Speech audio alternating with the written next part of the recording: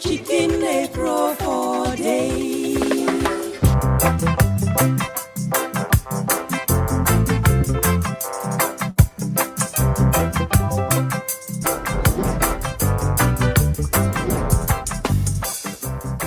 The oldest republic in Africa.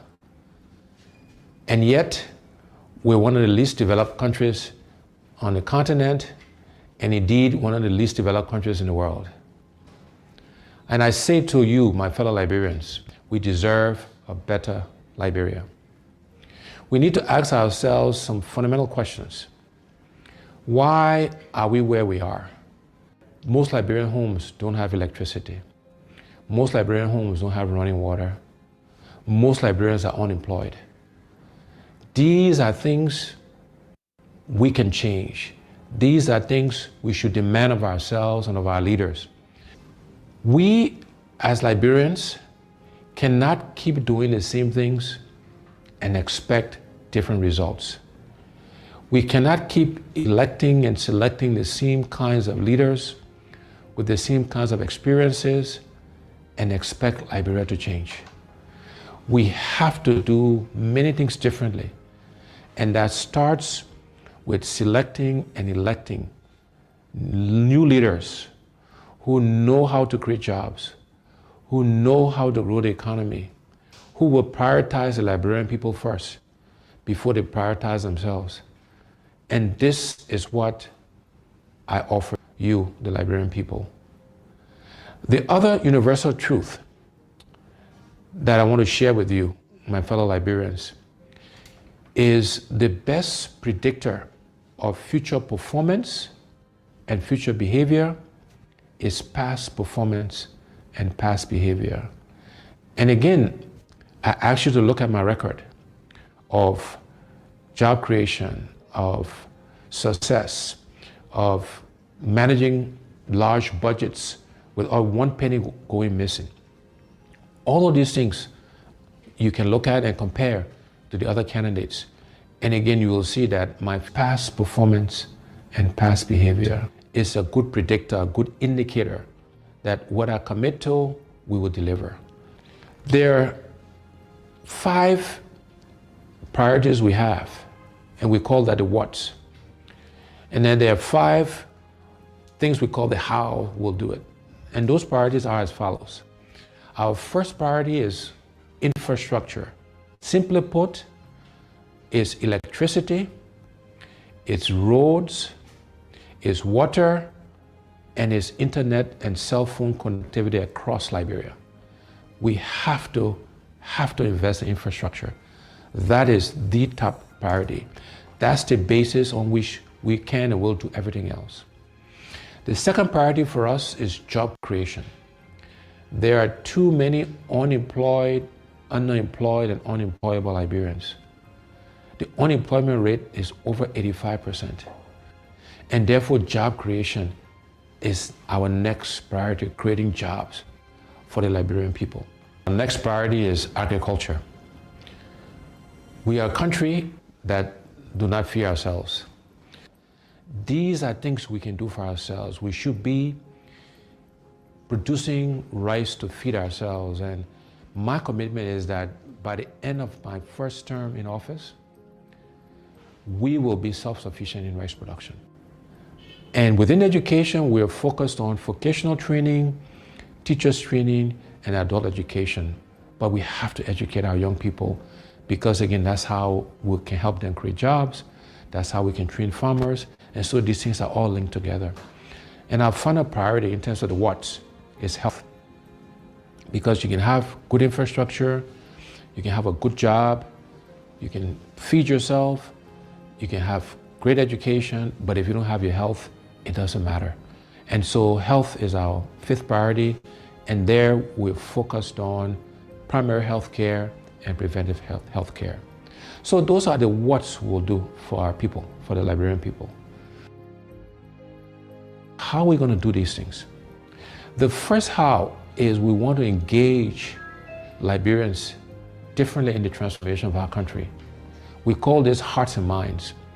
How do we get all Liberians to participate in the changes that are required? We're going to use arts and music and culture and reconciliation and religion. All of these things, we will be deliberate in using these things to engage us as a people in this transformation process. And so we're doing some work on how we can make those things happen. The next how is that we're going to find the money. We have to find the resources, the money, to do all of the what's I mentioned earlier.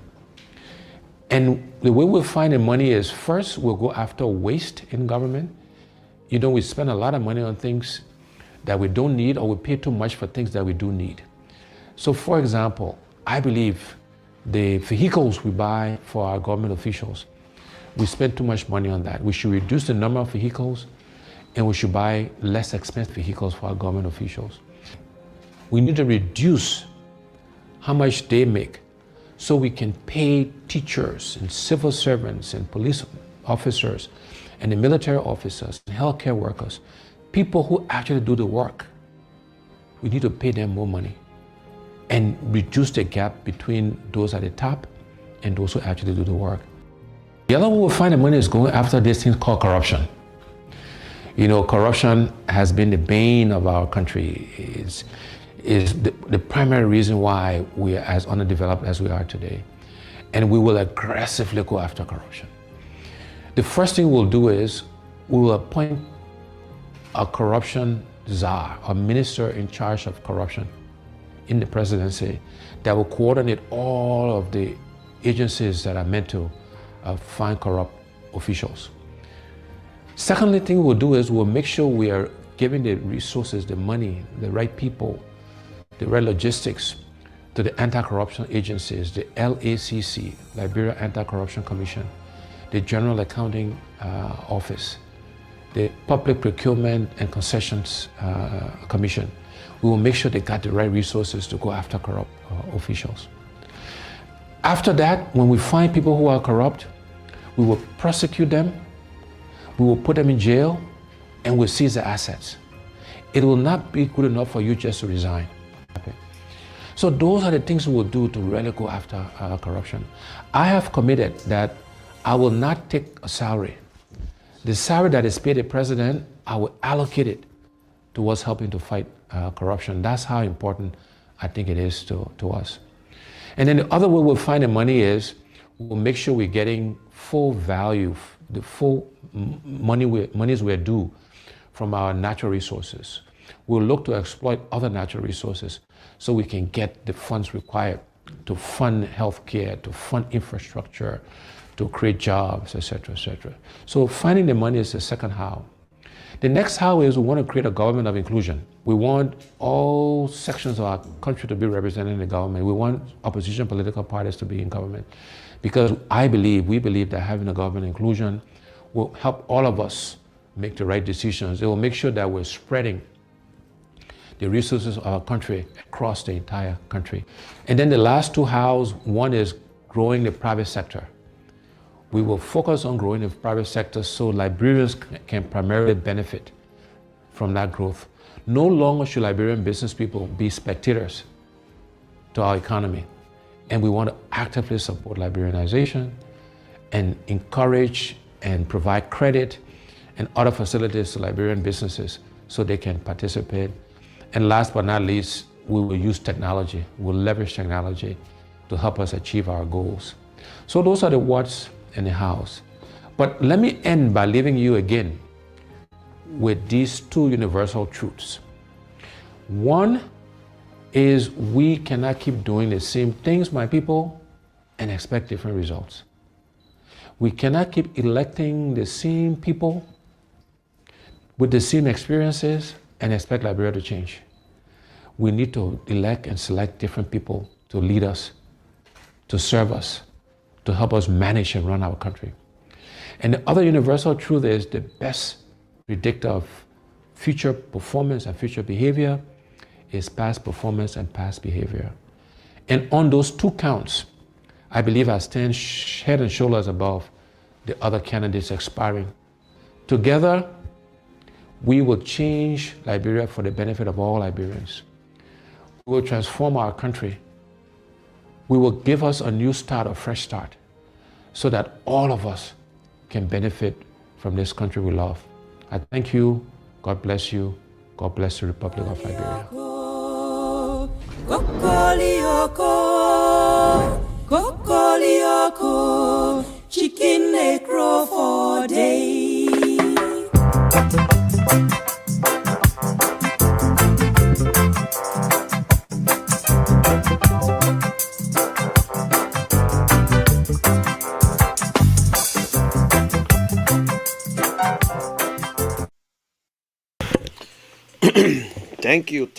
Thank you for that patience. Thank you very much. I appreciate it. Share the video. Share the video and like the video. Share it. Yeah, this is Munal Kishen, aka the General. Just like the video. You know, I continue to beg you people. Well, you know what? I will leave from here, come to you, take your finger, and just like it. Fair game. That's good. By the way, thanks for coming up, and I appreciate all you guys who and following me. Without you, I won't be out there. Yes, my face is there. We're taking the risks now. We are the beat ball. People tell us things, people insult us, people say all kinds of things. But because of people like you, that is why we are still fighting. Because of the encouragement, because of the inbox messages, and some is good, some is bad. But trust me, majority is good. In life, if everybody like you, just know that you're going to die the next day or the same day. You don't expect everybody to like you. That is the beauty of life. But what you need to do is to pray to God at least. If you got over 50, you got 51, you're doing good. 52, 53, 60, fine. But you don't expect everybody. You can't satisfy the whole world. Things are hard. So today we're not going to take too long. And I am energized. I'm happy. You know, I thought I could not have done it, but I'll give myself a thumbs up. You know, I went through a 21-day fast, and a lot of people never knew I was fasting. And God could have it. Yes, I tried my best. I did everything. It's tempting, especially you on the field working, and you sometimes thirsty, but you got to deprive yourself if you need something. And I'll be honest with you. On my list was good health, pray for peace in my house, pray for wisdom, and I pray for Liberia for peace. I won't lie to you, I never say I want for this person to be the winner or this person. But what I prayed for was peace in Liberia. I prayed for my mom. I just found everybody, but I never went through a particular thing. And some people, I tell people, Siliki, I'm doing something and you continue to call me. I got your call. I seen it. I know what you're calling me. I know you called to check on me, but don't worry, I'm okay. But when you see I don't pick up the call, I'm a little busy. So don't worry, Sidiki, you get the stuff. Don't worry. The man leaving from here on the 26th. So I know you always checking on me, Sidiki. I know you're not calling me for nothing extra, but just to check on me. And I appreciate it. One of my friend in Liberia, he will call me. Oh, people I just call to check on you, and I like that. I appreciate it. So when you see I pick up the phone, don't get vexed. I'm not mad. Nope. But sometimes the phone can be far away from me, and then my phone always on Facebook. So people would think I'm always on Facebook 24/7. No. I'm working, I got the phone in my car, and then I use my job phone and then my personal phone in the car. So that is the problem. So don't worry. But so guys, we will be talking about the Martin Cooler stuff, and we will talk about Mr. Cummings, and we'll talk about JB, we'll talk about George Weah. And guess what? I got a tip to show to you guys concerning the CPP framework. A tip from Senator Zago, the interview that he had one-on-one with Spoon. And I want you will listen to him when I tell you guys that the politics in Liberia is dirty. It's so dirty until people try to rewrite and change stories in a way that you will be surprised. If you are not strong and you into politics in Liberia, they will kill you. They will kill you before you even start. So sometimes I see people want to run for politics. You better prepare. You better get yourself prepared and know what you're going through. Because there are a lot of Brutus. You know the story, and Shakespeare, Brutus, that stabbed Caesar in the back. The same people that laugh with you, they are the same people who will betray you. And they are the one who would knock you out. When it comes to politics, trust me, I don't trust nobody, but it's not that I don't trust people, but I should be my own security. Listen to everybody and take what is good from out of it. Don't deny them, don't refuse them. Listen to them, and then you can decide for yourself. Because you don't know which one of them is good. So it's up to you to be smart. You gotta pray. You gotta pray hard. You gotta have that smartness. You got be a fast thinker and listen to every words that come from out of the mouth. And that one thing I would tell people, I tell God, thank you. I give God the glory for that. That I am very good at that. You and I will be talking. I listen to every words that come from out of your mouth, and that is where I will conclude, make my conclusion, even start to ask you question. So I'm very sensitive in what people say. And you see, I don't really sit and watch a whole program. If I'm interested in it, fine. But after that, I go back and watch it. And I watched the one-on-one with the CEO and Zago. But nobody pick it up. A lot of people don't pick it up. And what I noticed, it been a long time. It been like 3 Sundays or 4 Sundays. But nobody talk about it. Nobody pick anything off that conversation. Nobody. So I asked myself, even Spoon TV, he asked the question, but Stanton, the CEO for Spoon, I don't know if he realized that particular part was one of his best one-on-one conversation with the CEO. But he behaved like an investigative journalist. He asked the question, and Zago caught himself and noticed. He said, "Oh, I'm under interrogation," because he was spilling things out. But Stentor came back, and I inboxed. I said, "Boy, this is one of the best." But I don't know whether he really paid attention or he knew exactly what I was talking about. So, guys, let me start with Steve Zago. I wanted to play my Kapow, but I'm not going to play my Kapow today. I will play it later on before the show ends. So, Liberians, especially us that live in America, what I'm going to tell you, you don't need to take it from me. But there's something they call in this country direct deposit.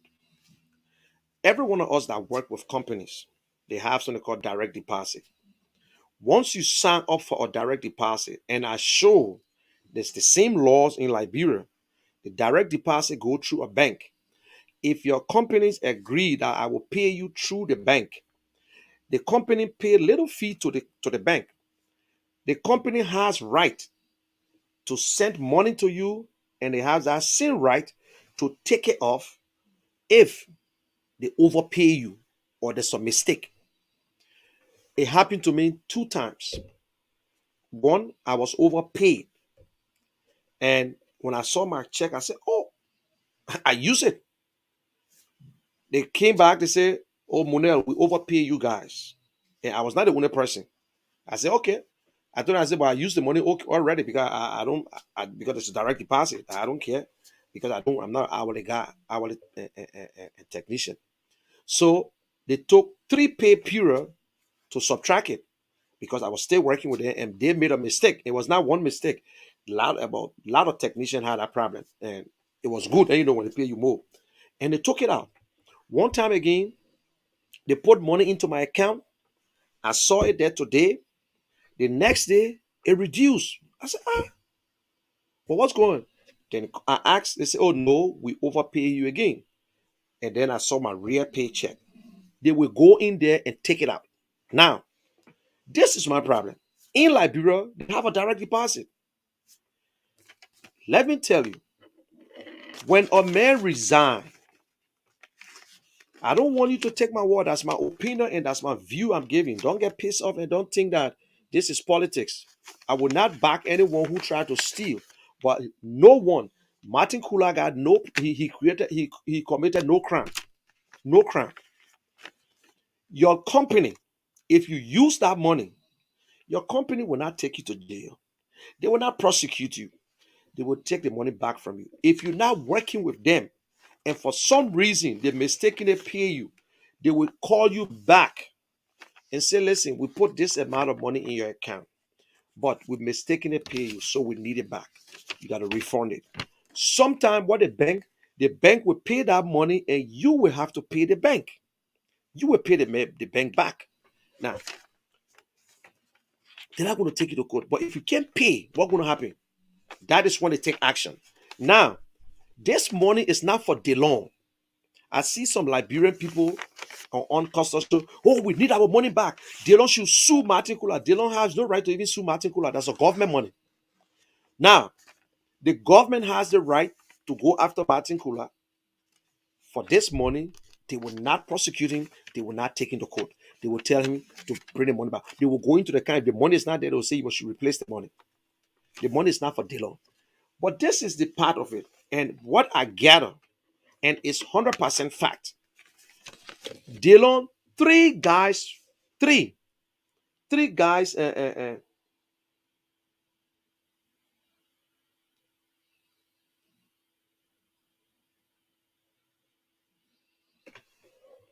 you. No court involved unless you refuse. That's it right there. Unless you refuse to pay the money, then for IRS in America, forget it. Don't joke with them. They will either take your taxes or they will go after you if you get property. That's the fact. Now, DeLong had three guys that resigned. Three. DeLong only reported 2 names. My people, let's be honest here. 3 of DeLong's staffers resigned from the chief of staff down. They sent a letter of resignation. But what DeLong did, his office only report 2 names. So what I believe, they were trying to set Martin Kula up, thinking that he'll be collecting the money, eating it. But what I heard, they said Martin Kula have paid that money already. I don't know why they only wasting the time. So they went and put money into Martin Kula's account. Martin Kula already talked to the bank, said, "Listen, right now I'm not working. I will pay you guys because he took a loan or whatsoever." He talked to the bank. When the money came into the account, the bank took it out. The bank took the money out. Look, if you got $0 and you owe the bank and they send the money from Japan, they go into that account, they will deduct the money from there, whether you like it or not. Whether you like it or not. until somebody can say something, maybe the bank will pay it back, like it happened to a church and my former church.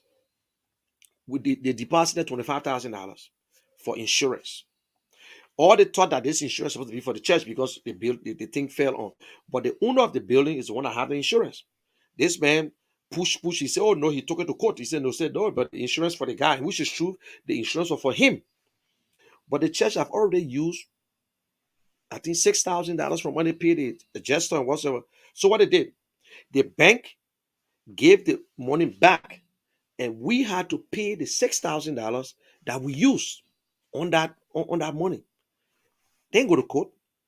So why Dylan how to why Dylan report two names? So in your office, you won the election, and you came with your people. They did all the paperwork. When this man is resigning, he don't have to take his letter to the HR. He gave his letter to Dylan. Dylan office supposed to attach another letter and give it to HR. Say, okay, John Brown is no more chief of staff because the new chief of staff is supposed to get that money. Now, if Dylan delays in appointing chief of staff, that doesn't mean that money, the money that was paying to Martin Kula, will go in Dylan's pocket. No. But what they used to do long time, and thank God they stopped it. Every money used to come to the senator or the representative. Then from there, they will get their pay. So most of the senators, I'm telling you, it for door time, or maybe they did it under the interim government too. Most of the senators, they will not even, certain people, they will not even work, but they just collecting that money. But this time now, if you bring your chief of staff, your secretary, their name will be on the payroll, because I think they tell you can bring it off. I don't know, certain amount of people you're supposed to bring. So my people, this is not a case. He's not a criminal. It's not even the case of Abu Kli. Abu Kamara, they told him pay the money. He delayed, he refused to pay the money until he was running, and they put his name on that list. So no one, Dylan, in fact, Dylan, I think they said Dylan was on Costa's show, and he said, "Oh no, we can't do nothing, but we'll take." He can't even take another step. The only step is to give. And what I heard and what I noticed, the information, the guy who in the controller office, who work along with the people, they said that he worked in Yombly office too. That one of Yombly supporter. So who knows? They put the man name on the payroll, put in his man pay, then right there. So ask yourself the question, why now? Dylan telling us that he have not appointed no chief of staff to his office as a blinking lie. But he had to cover his face and say, "Oh, I'm looking for a chief of staff who is neutral, who not in no political party." That's a lie. They try to set Martin Kula up. But you guys, that's why I posted today. People like, "Oh no, it's wrong." Let me tell you, nobody's stupid. There's a lady who received $750,000 in New York. You know why they arrested her? When the United Nations made a mistake with the account, that money was deposited in her account. When she saw it, nobody asked her. When they started doing investigation, the people came and noticed that they deposited the money. When they asked her, she said, "Oh no, that's my money. And I played lottery in Europe and I won." The people said, "You sure?" They said, "No, this money was a mistake. We just put it in the account. So we got to take it back, and we want you to we want you to we want you to put the money back." So when they put notice, she opened what the place said, dry cleaners. She opened other places. She opened, I think, a daycare or something. She have used pay her son tuition whole year up to college. So they told, when the investigator, she lied. Then she came back and confessed. You know what's going to happen now. Now you can't pay the money. You lied to the federal government. Boop, they arrested her, they jailed her because she lied. But the first time they tried to take the money out, the money was already gone, almost half of the money. So they told her to pay the money back. So it is not a crime. You know why it's not a crime? Good. The employer should know better. You make mistake, and put the money there. That's not his responsibility to tell you put money there, unless the man don't check his account.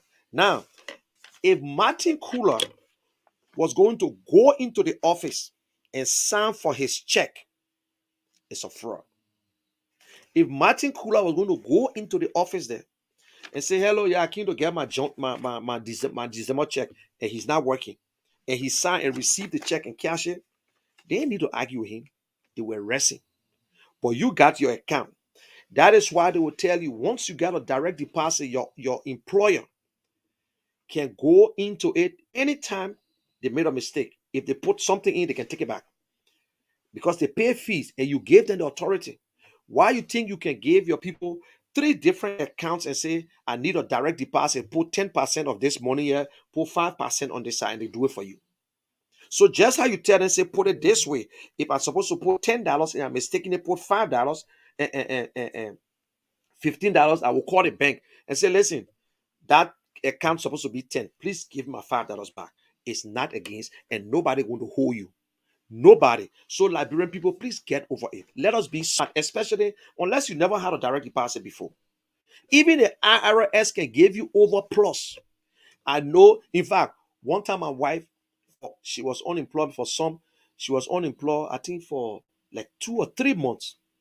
But then in the 3rd month, she got a job. But she received 3 months from them. And when she actually started, okay, let's say she in the 1st month, 2nd month, she started on the 3rd month, and look, she started right on the 1st. But then they pay her for that month. In fact, we were expecting it because when I said, oh, they both send you a check. Oh, then one of her friends said, oh no, they won't say anything. I said, your pay will show when you start. Oh, when we load pump, the poor wrote, they say, you owe us. And guess how long when it took? They wrote the following year for taxes. Say, we overpay you for 1 month extra and we need the money back. And they took that money out. Nobody come after her. So they tricked Dylan play along with this guy who in the finance section that Yomli supporter. They deliberately took his name, kept his name there to put the money in and then quick. And say, oh my. So what came to, let me ask you something. Martin Kula left when? They say October, August, September, October, November, December, January, blah, blah, blah. Now, Dylan got up and said, controller, can you please check there and see if, because I want to implore, look, Liberian people, you better start being stupid. When you supporting someone, don't let them, do not drown with them. That is how they use us. Dylan just got up one morning and said, okay, I think I'm ready to implore chief of staff. Can you please check there and see if the chief of staff money still waiting? Amen, people, man. Then Dylan said, no. But according to this Jato, for me, I'm a white boy, I'm white. My pa white. Said that according to him, the controller wrote Dylan and started to talk. But then he reading the letter to his audience and said, and the letter that he reading, it was a letter responding to Dylan's request. They told them now, oh, we pay Martin Kula for X, Y, Z, blah, blah, blah, blah. Dylan, I thought Dylan was smart. To be frank with you, he's smart in a way, but sometimes people want to lie, they want to set people up, but they don't know how to do it. They want to set people up, but they don't have that know-how, that knowledge, how to do it until they can set themselves up. I think Dylan have opened a Pandora box between he and Martin Kula. Listen to me. If my wife come out right now, or a best friend of mine, and go out there to say anything about me, it's truth. If my wife go out and say anything about me, it's truth because she knows me very well. Martin Kula was very, very close to Dylan. Everything. Dylan praised Martin Cooler that if it's not Martin Cooler, he will not be this far. Martin Cooler is the brain, the brain, the brain. I'm quoting Dylan. Martin Cooler was the brain behind his victory. Martin Cooler was the brain behind the dream to organize this thing, what they raise and what they don't raise. You don't go after people like that. You don't. You don't. And they try to, and let me tell you guys, when a man who lies all the time and you still continue to listen to them, you caught the first lies, the second lies, the third lie, you yourself a fool. If you allow somebody to lie to you all the time and you stay behind the person, you are a fool. Then you are the one who don't have the sense. So they're using you. First fool is on you. First fool is on the person. But second fool is ready on you. Third fool, you are disgrace and shame on you, plus. You nothing, your brain is dead. I would never be fooled by nobody. Eh? You see this guy behind me? This guy here. Ellis Cummings, this guy. I follow him from 2016. Nobody brought me to him. I listened to him talking. When you don't have to be a rocket scientist to know if a man saying the truth to you. He's very consistent. I want you today to listen to Alex from 2016 up to present and see either Alex Cummings have upgraded his plans or his plan is still going. He have never downgraded his speeches. He have never downgraded everything. When he talk about the war crime code, he talk about the palava hut and blah, blah, blah.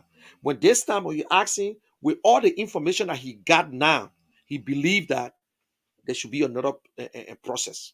That means he elevated it. That is how a leader perform. Ellis Cummings told you in 2017 that he don't want pay. You ask Ellis Cummings today, he tells you the same thing. Ellis Cummings told you in 2017 that he will prosecute anybody who's still under his government, or if he taking over, he will prosecute you. He don't call it corruption, he call it stealing. And he's still doing it today. He's still saying the same thing today. So he's very consistent. He been in Liberia, moved to Liberia 2016, and he have not been in. And a man who work in the corporate world, do you think it's just an ordinary company that taking contract with 24 million, $20 million and this and that? We're talking about companies with billions of dollars. Do you know how he climbed the ladder? It's something that you must have in you. If you don't perform, you will not make it through that walls. If you don't perform, you will not make it through that walls. You know what, but I hear people talking and we're looking at individual. Like one guy said, let me tell you, Muni, Tier 1 Gonglo have been tested. Tier 1 Gonglo work in government. I look at this guy for long. This dude, according to him, he got masters in education. So I asked a question to him. I said, you got your master in education, so where are you going to work? So tell me, you working where? Oh, he worked with one public school in Trenton. He worked in Newark, and he worked into this place. He was teaching before. I said, good. I said, you taught a private school? He said, no, government school. I said, but you won't be able to teach private school. He said, why I can't teach? I said, you won't fit to teach private school. He said, why? I said, because you've been teaching public school. I said, the people that teach private school, they're different from you. You don't, why they went to different school? I said, oh, good. I said, because your degree said you should only work with the public schools in Newark. And in a low grade area in Newark, that is where your degree is supposed to go. Oh, that guy got vexed. But he never knew where I was coming from. So I said, okay, I'm sorry. I'm not trying to disrespect you. I said, because you just told me, because Alex Cummings never worked in government. So he don't have experience. So the degree that he got from his school is not for government. It's only for the private sector. So the other people, so tell me, which are the degree they gave you? My man, I just tell he tried to change it. And Liberians. And I listened to a friend. I like Sonny Ball. I listened to Sonny Ball. He had passion. But what Sonny Boy don't have is patience. Sonny Boy have given up. A lot of Liberians have given up on the opposition. I listened to Sonny Boy today on Issue Room and talking about Liberians should be careful. They should open their mind, and not because I'm from the interior and then I came to the city. Because I came to Morovia, I went to school in Morovia. Then when I go back to Basso, then you call me stranger. Then I'm not supposed to live in Basso. I'm not supposed to run for anything in Grand Basso County, in the county. It's wrong. This was the same Sonny Boy after Costa spoke and said Mr. Cummings was a stranger. Mr. Cummings came from place and camp in the village and won't be chief in the village. Sonny Boy, I seen this. Sonny Boy had a show and said Mr. Cummings a stranger. He want to come to Liberia to come run for president. He think we don't know. And this, that is seen Sonny Boy not telling us how Liberian behavior. He already, I'm not here for Joseph Boaka. I'm not here for this other person. Anybody who want to be president must believe in God. Who they believe in? Who the other people believe in? You think by clapping your hand at God? You think by saying hallelujah is God? Not everyone who say, Lord, Lord, Lord shall enter the kingdom of heaven, but who shall do the will of God? So if you want to go to heaven, you better start reading Matthew 5:8. Blessed are the pure in heart, for they shall see God. So I just call the show and try to remind him what we say on social media, we must be very careful. I'm not a perfect dude. I can joke, I make some mistakes, but I do not just respond. I don't just go on a post. I look at some post that is so irritating and I want to react. I just look at it and pass. Sometimes people will come on my post and say some nonsense, and I will answer you because that's my post. You understand? Some people, simple. Why are we not?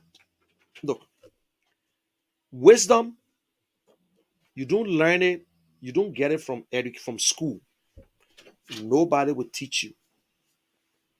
Don't wake up. Nobody will teach you to have wisdom. It's on yourself. They went to school, they gave you the degree. They say, oh, John Brown just got his paper, his degree in agriculture, in management, and blah, blah, blah. It still don't make you to be a qualified man. No. You got a degree. This paper telling you that you are prepared to go out there to be trained. You got your paper in electrical engineering. You look for a job. They say, oh, yeah, you're a student. Wow. Blah, blah, blah. Okay. What are they going to do to you? You're going to go to that training. They're going to train you. And what they're going to do, you must pass the training classes. You must go through everything. But you see, when you learn, anybody can. Some will tell you, say, just get a degree. That means you will understand anything.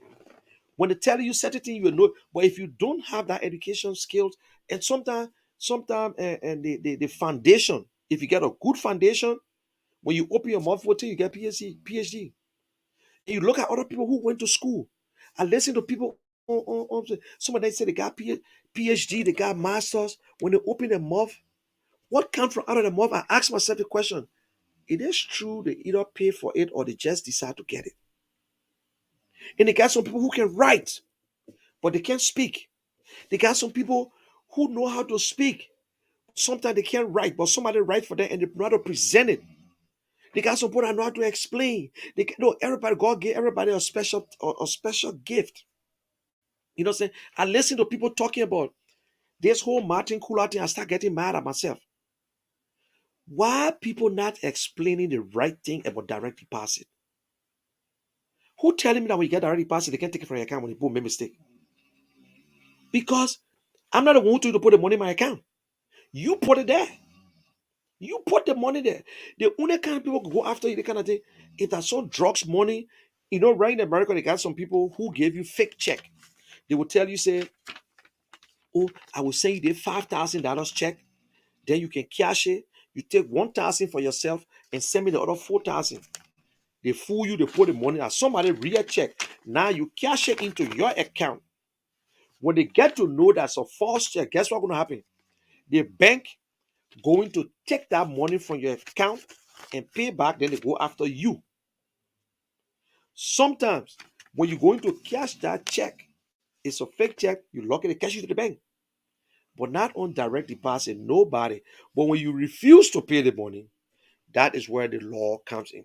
So since direct, they don't send a letter in, the controller supposed to get in contact with.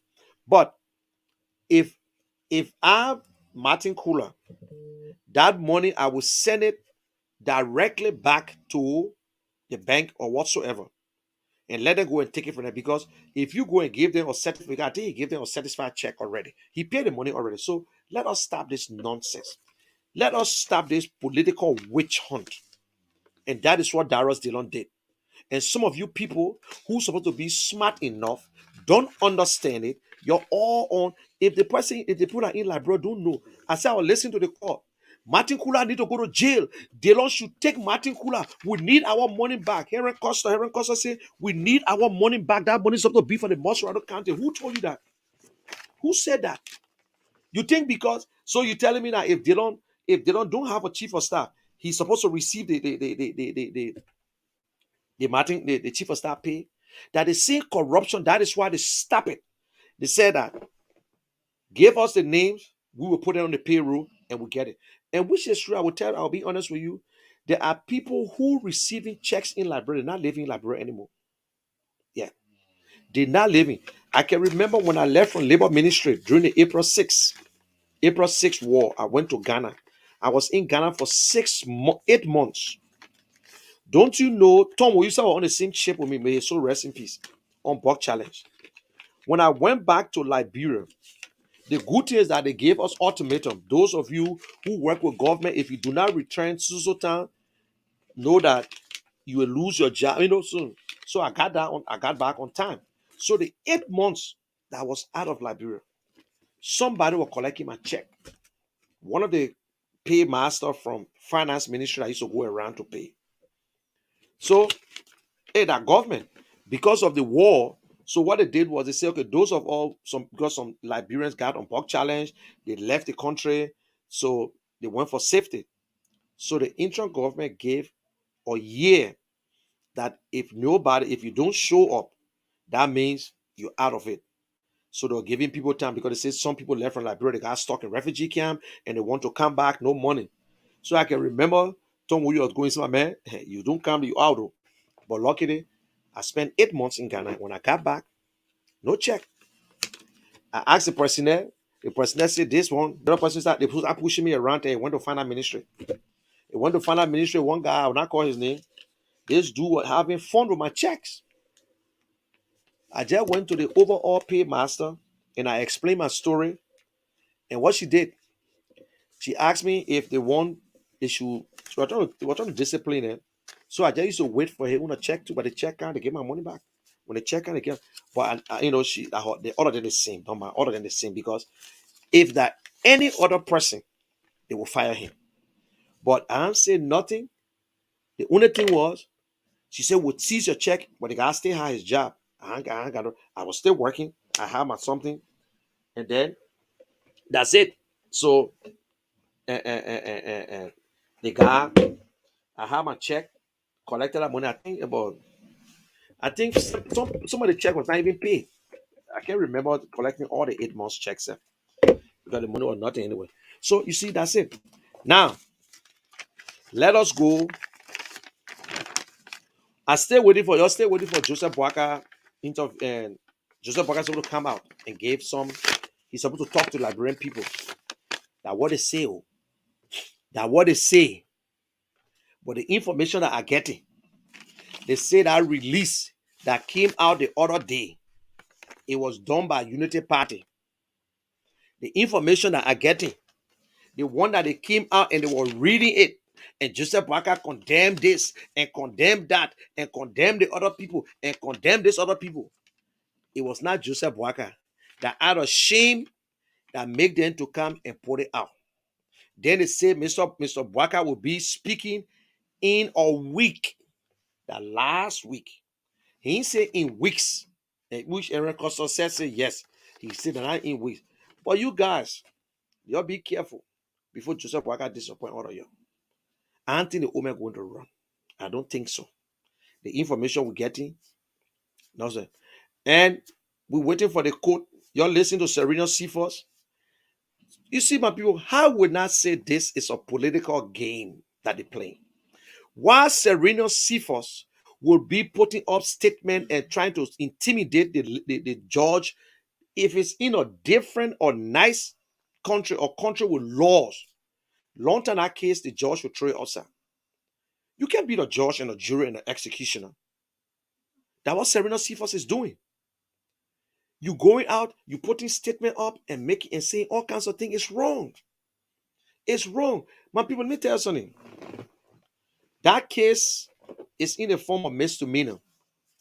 And I don't think misdemeanor is whether you put him in jail, Mr. Cummings will still run. You can, God forbid, you want to kill him? Go ahead. ANC will raise somebody. Somebody will come out on that ticket. So we're telling you now. And if you try it, this is not a threat. But I don't think it will go down well. You have long been playing all the political games. They did it to Kabina Janet. And this is what most of the African leaders are doing now. If they want to stay in power, they go after the opposition through the court. And when they grab you, they say, oh, that's the law. That's the law. That's the law. So, guys, I want you to listen to Steve Zago, Senator Steve Zago, the interview between one-on-one with the CEO. They asked him concerning the framework document.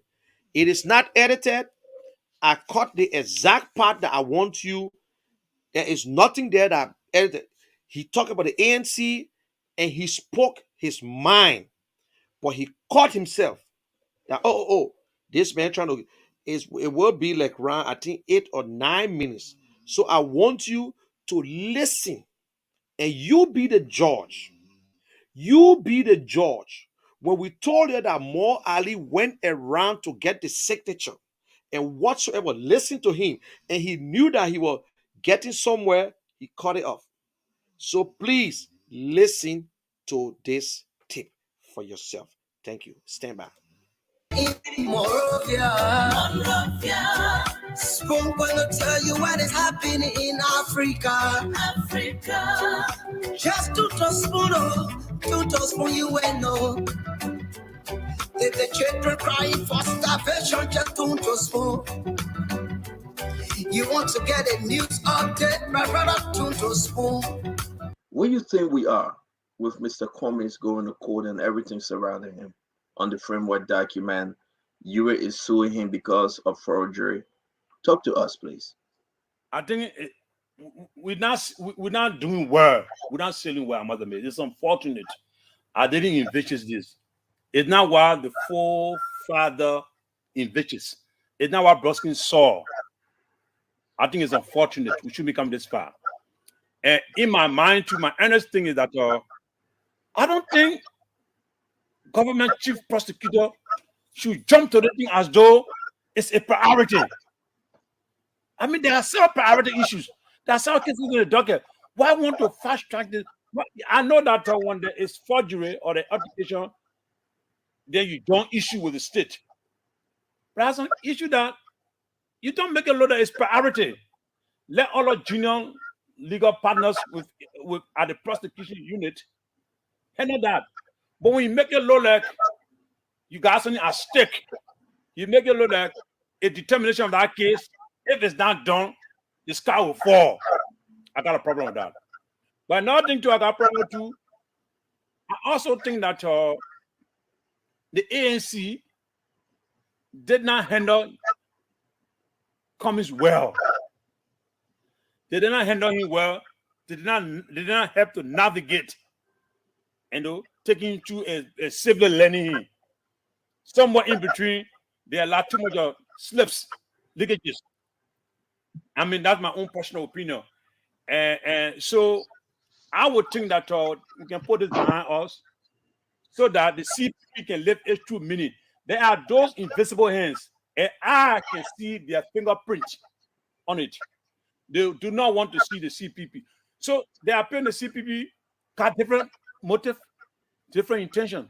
So they want to, the least opportunity waiting for to disintegrate the CPP, they will go for it. And somebody has actually the true colors. Let me ask you a question.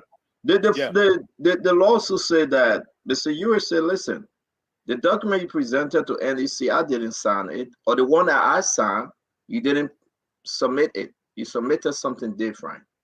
Did you, Senator Steve Zacko, sign on any document? Framework document? Oh yeah, did you sign on the revised version of the framework document? When the revised version came in, there was a tussle within the Liberty Party. You remember now? But the first one I do remember. But on the second one, because of this thing, chairmanship, read my rule, hello Balu. So I had to jog my mind to be able to get a concrete answer. But but again, let me come back to, there are those who, from the onset, knew that a formidable CPP would be the end of CDC. A formidable CPP would make a CDC a 110. So they infiltrated our rank and file earlier. They infiltrated it. They knew all sorts of. No. I just want to get something clear, Senator. I told you yes, one, but no, the second one. I told you yes. Okay. I did sign on, but the revised, we had a problem in Liberty Partner. So I don't know if I signed that or the young man who was chair at the time did sign. So we need to. Okay, so you said the first one. The first one was the original document. You signed on the original document. So again, when you talk, the original one, May 19th. At some point in time, we had a COVID, eh? And did you sign on the May 19th document? May 19, 2020. I would think if I was chairman, then I did. So you did. Okay. Yes. And then this issue about the job clocks that CPP participant with only that issue came about. So then you guys send it back for them to revise it. Am I correct? So at that time now, at that time I was not in the core of the CPP ups and downs. At some point in time, you saw her and you like yes, somewhere I was not a chair again, and it's history today what transpired. No, I understand. I just want to bring us to, you signed on the first document, but the revised version you didn't sign on it. Is that what you are saying? Like I said, I would jog my mind, but I would think most likely. So you agree that you signed on only one document? I'm certain that I signed on one document, but on the next one, I had to jog my mind. The one document was it. The one document that you signed on, is that the document that Mo Ali passed around, that Mo Ali took around? Is that the same document you signed on? I would think yes. The one document was it. The one document that you signed on, is that the document that Mo Ali passed around, that Mo Ali took around? Is that the same document you signed on? I would think yes. The one document was it.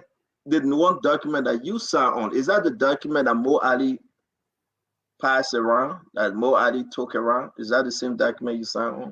I would think yes. So did you see Mo Ali? Did he present any document to you? Yeah, Mo Ali came to my house. I do remember. And I signed. So Mo Ali went to your house and you signed a document that he presented to you. Well, one of the documents Mo Ali brought to us, and then by the final version, we did it through Zoom. But my political leader and I were together on that, and we signed together. Yes. So did you see Mo Ali? Did he present any document to you? Yeah, Mo Ali came to my house. I do remember. And I signed. So Mo Ali went to your house and you signed a document that he presented to you. Well, one of the documents Mo Ali brought to us, and then by the final version, we did it through Zoom. But my political leader and I were together on that, and we signed together. Yes. So did you see Mo Ali? Did he present any document to you? Yeah, Mo Ali came to my house. I do remember. And I signed. So Mo Ali went to your house and you signed a document that he presented to you.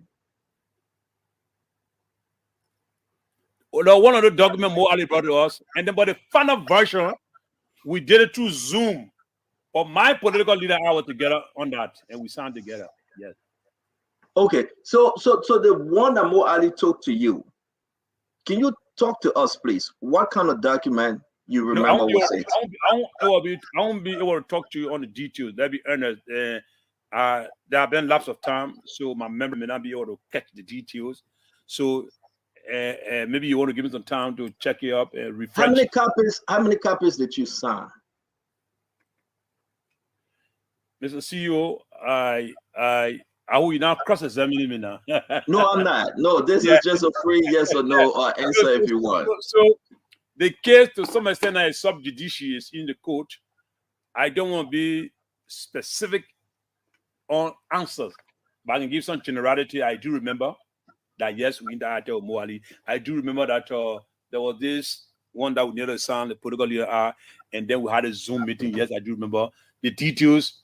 I won't be able to cross the T and cross the R. Something came up today, and maybe if we will move away. Let me just ask you this question. Yeah. What came up today from the chief of staff of Mr. Cummings, Mr. Azeva Tupa? He outlined some timeline, Okay. and he said June 23rd, 2020, CPP and legal advisor review revised framework from legal advisor. All parties approve revision. Are you aware of this? That all the party agreed to that revision. And how did they approve it though? Look, and let me earnest, CEO. This whole framework thing was not just done in a uniform manner. I mean, at one point in time, we'll go left. At one point in time, we'll go right. At one point in time, we will come back. At one point in time, we'll go in front. So a lot of give and take. And it was acrimonious. It was not a smooth sailing. Had it not been for maybe the maturity of those who initially handled this thing, perhaps the issue will be far bigger than this. Because when you have a political institution, everyone coming into it, everyone got their own motive, their own ambition, their own what they want. So those specific answer, please, I may not be able to provide it because the chief of officer to the commander took his time and detail all of these things. So my hand not on that document. You got to go back and look at your notes. So Yeah, correct. I do yeah, agree with you. yeah. I do agree with you. We're just trying to, because this what was outlined by the chief of office staff as a is very detailed, Okay, and fine. well, you just admitted that you signed a document, whether Oh it yes, was the original framework document or it was the revised version. You signed something as chairman for Liberty Party.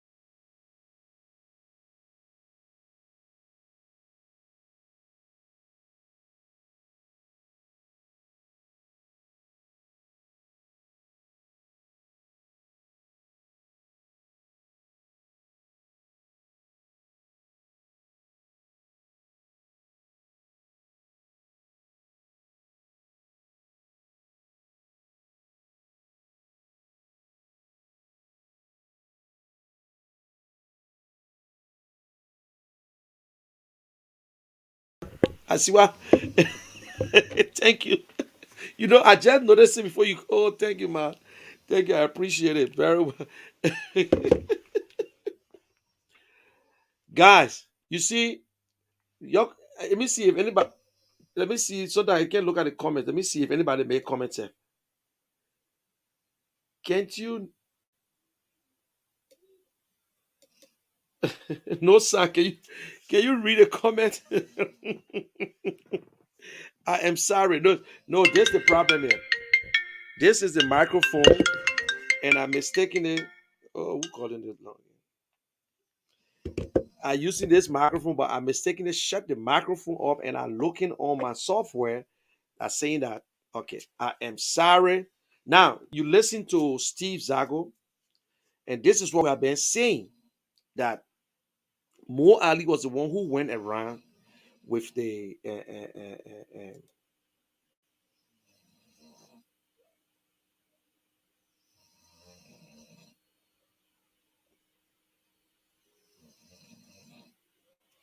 and to collect the signature. It was not no 5 documents given to Mr. Cummings. This thing was signed on Zoom. One document given to Mr. Cummings. Liberian people went against the document. They went and did or revised and whatsoever. And you listen to Zago. He and his political leader was together when Mo Ali went to his house and take this paper. It was not a booklet. It was the signing sheet. And Mo Ali went around and collected this thing from everybody, the same paper, and then they give it, they pile it together, and they went and registered CPP. They had a big program. They certificated them. They were happy. They clap and they shake hands and they move on. So when if they want the old documents, the draft of the old document is still in the possession of Mr. Ure, because the first document was signed when Ure's term was ending. So it was actually signed under Ure. So if you were looking for the old document that is not even valid anymore, he has the old document, original copy of the old document, and we are not using it anymore. It's done. It's done. It's not a document. You want copy of the document? Go to NEC and get copy. And every one of them got the copies. They all received copies from ANC. They all received copies from them. Liberty Party received the copies. Every one of them received copies. But because they lied and they didn't receive it, for the second time, the ANC Deputy Secretary General, Doloke and Jonathan Tyre, drove to every one of them and signed, and this time they put their telephone number and they did all that. Just for the second time, they were lying. So the ball went there this time because the thing was in the chat room. It was in the chat room. It was in a WhatsApp chat. That's why they get all the information because of the COVID. Eh? So if Delon and other people think that this framework was tampered with, why they can resign? Let Delon resign from from the senator position. Let him go for re-election. Eh? Eh? Yeah, guys, I saw it already. A little, I'm sorry, guys. Thanks for all the information. And thanks more for reply for even calling me.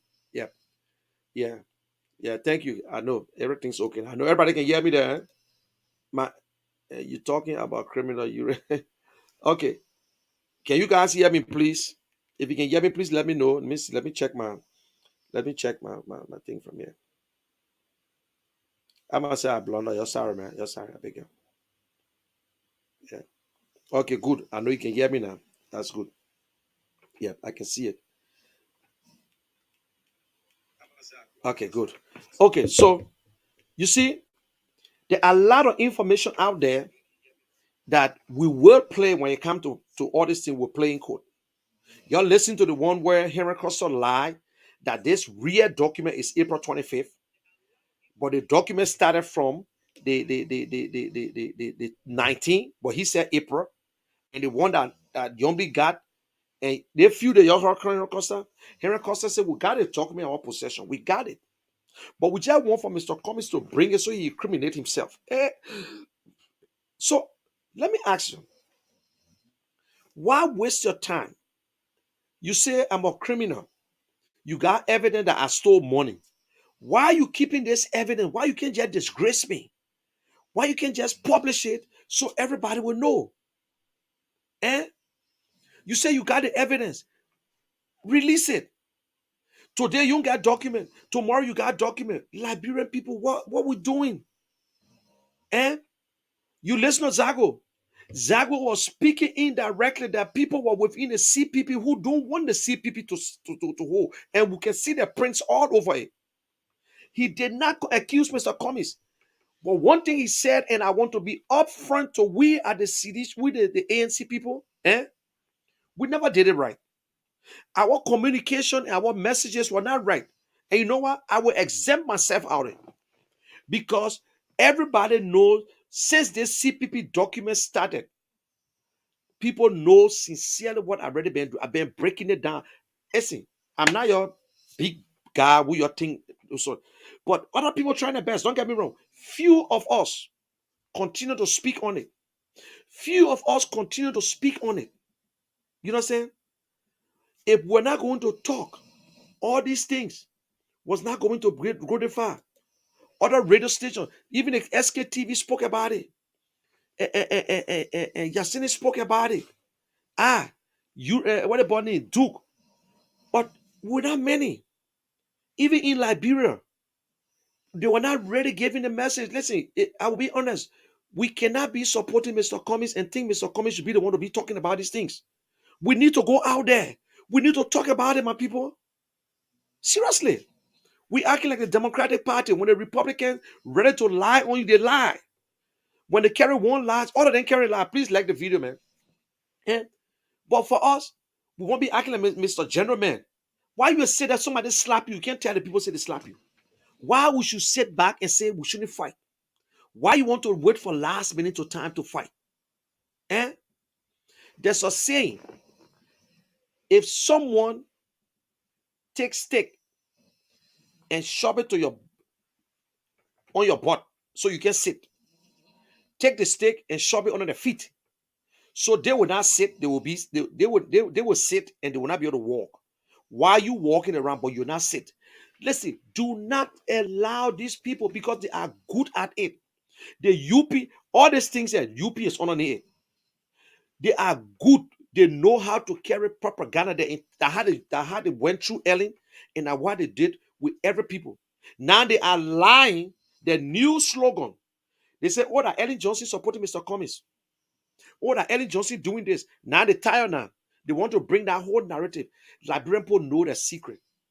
Liberian people know the secret. I will tell you the only way we can lose this election if we don't campaign. If we don't educate the Liberian people know the truth. You listen to Zago. Zago made it clear, and I don't want to play that part because it makes no sense. I took it out. Zago said really clear. He said, I'm supporting Joseph Boakai based on ethic, ethnicity, and what counted and whatsoever. Based on because we're for the same counted. Nothing else. In our same interview, he said, I started supporting Boakai before everybody, before the Dillon or whosoever. You know what I'm saying? And let me tell you guys again. You're listening to Henry Costa, he said, Martin Kula resigned when Dillon said, I'm leaning to Boakai. Yes. But don't you know that Darius Dillon betrayed Martin Kula? He lied to this in the office. He put them under the pressure, say, guys, we will support Mr. Cummings. We will support Mr. Cummings. Mr. Cummings is the only man I believe that will do better because at the time Darius Dillon were poor. When I say poor, were broke. He was looking for something. Darius Dillon is the type of politician who knows very well that this is good for the Liberian people, but I can still eat. The guy politician who say, I will do the right thing, but if any other corruption can, I want my own share too. But this is what the Liberian people sort of get, and I must say I want the one, that Darius Dillon. So when Darius Dillon came to the States, and let me break you another story, and maybe Emmanuel Yato will say, quote me, and all the friends of Darius Dillon. People were looking at Darius Dillon to challenge Yombly to go as the political leader for Liberty Party. The friends of Darius Dillon in America, The plan was, listen, you are the man. Challenge Jombly for that position, then you will be on that ticket for the Liberty Party to go to the convention. If you don't win or you know how to negotiate, maybe you can go as a VP. You see, there is nothing wrong with Liberty Party negotiating or ALP negotiating. ALP wants something from Boaka. And you're listening to Ure made it clear. I don't want to be president, but if I can get few ministerial positions for my people, this and that, that's the deal. Everybody make deals. Liberty Party got the right to make the deals too. So they will ask Mr. Cummings, they will ask Mr. Boaka, which one? But at the same time, they were fair enough. If you say that ability is a crook, but ability is from Saul to Paul, ability is the best. Because ability made it clear to his people, guys, we must know what's in the thing for us before we support anybody. Let's talk to them what they get for us. And they sat down and realized, they said, you know what? I will be honest with you. Boaka is vulnerable compared to Cummings. Liberian vote for change, they will all vote for change. But Yombly was only looking at her side, what to benefit. The Bible tells us, if you only pray for yourself and don't pray for your neighbor, you are a selfish being. You are selfish, and sometimes God will not even bless you.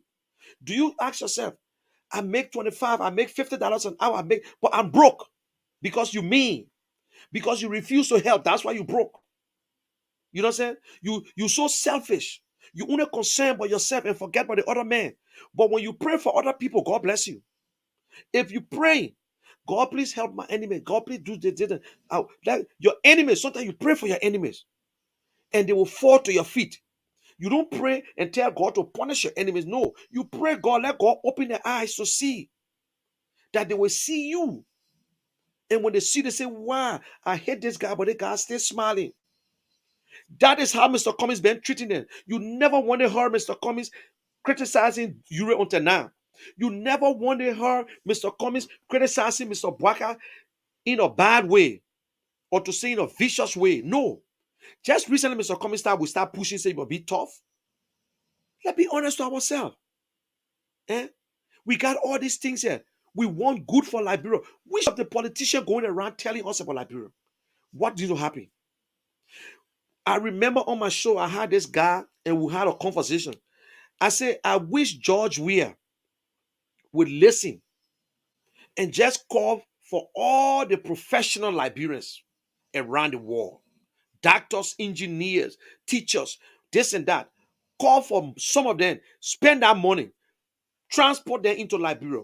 Give them 1 month to put a blueprint together for you. Let them put a blueprint and you take it and submit it to the legislators and let them vote on it and you continue with your plan.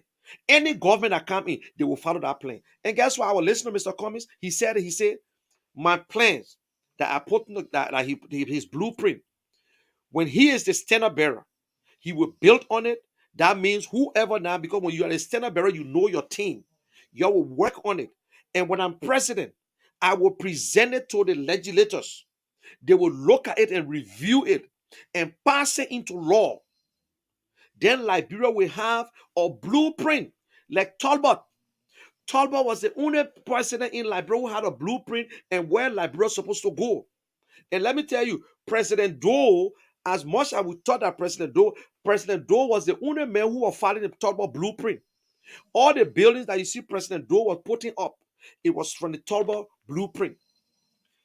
The SKD Stadium from Talbot, it should have been 45,000 spectators.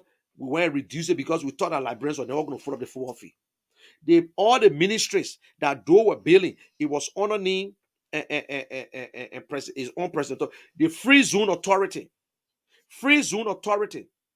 where Liberians were doing the steel raw, locks, palm olive soap, all these things were built. It was produced in Liberia at Free Zone.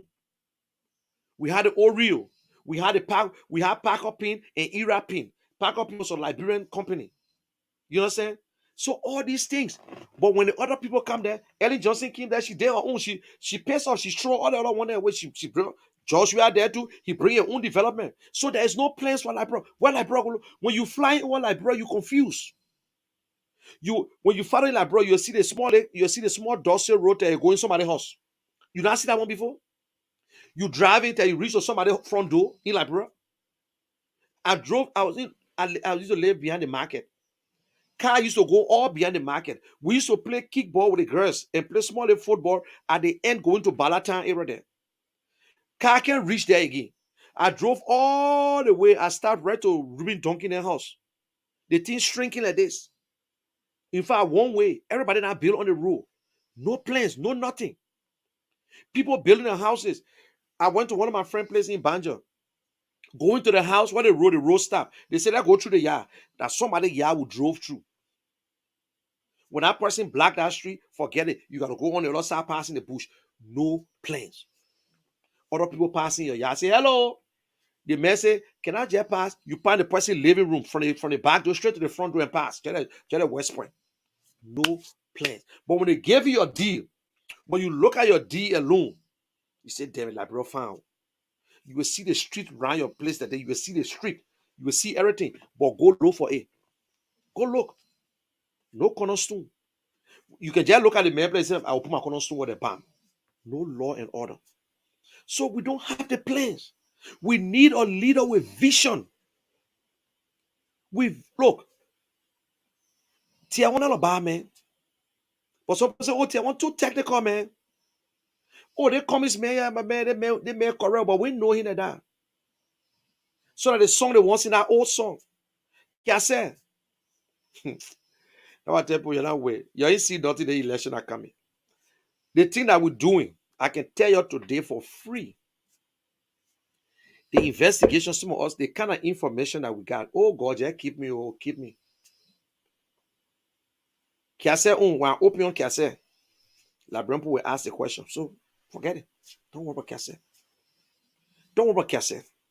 You see, when you're running for office, your resume is not the one you get from your school.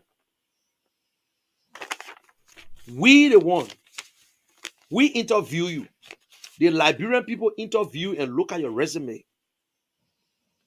This time, Liberian people, they will look at integrity, honesty, empathy. People say, oh, Mr. Cummings, want you cash violence. That's a lie, my people. Mr. Cummings, using no cash violence. You see the man who work for him money that days. He can't spend it easily. Let people go to Mr. Cummings and think you won't get money from him. Maybe get a $5, $10, $25 to pay away. Mr. Cummings believe in the process.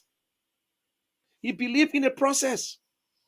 He believed that you and he should be on the same ideology.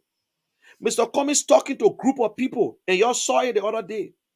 What he told the guy from Liberty, from ALP, if you come in here to join and think that I'm supposed to give you a job or you don't want to work, you're to the wrong place. If you live in Liberty ALP and come into this place, which of the politician you ever heard saying it publicly? And because he said it behind closed door. The first day I sat on Zoom with Mr. Cummings, that's what he told us. That's what he told us. He said, you understand here today, let me tell you, if you hear because they say, oh, Mr. Cummings can do this, Mr. Cummings will do this for me, or if Mr. Cummings president, I will come to Morovia and be, he said, you to the wrong place. He said, I want to be president, but now it's not a must. He said, it's not a must be. In fact, one guy asked him, he said, but Mr. Cummings, why you can't go as VP? You got to ask the question. He said, then Mr. Cummings said, you give me the reason.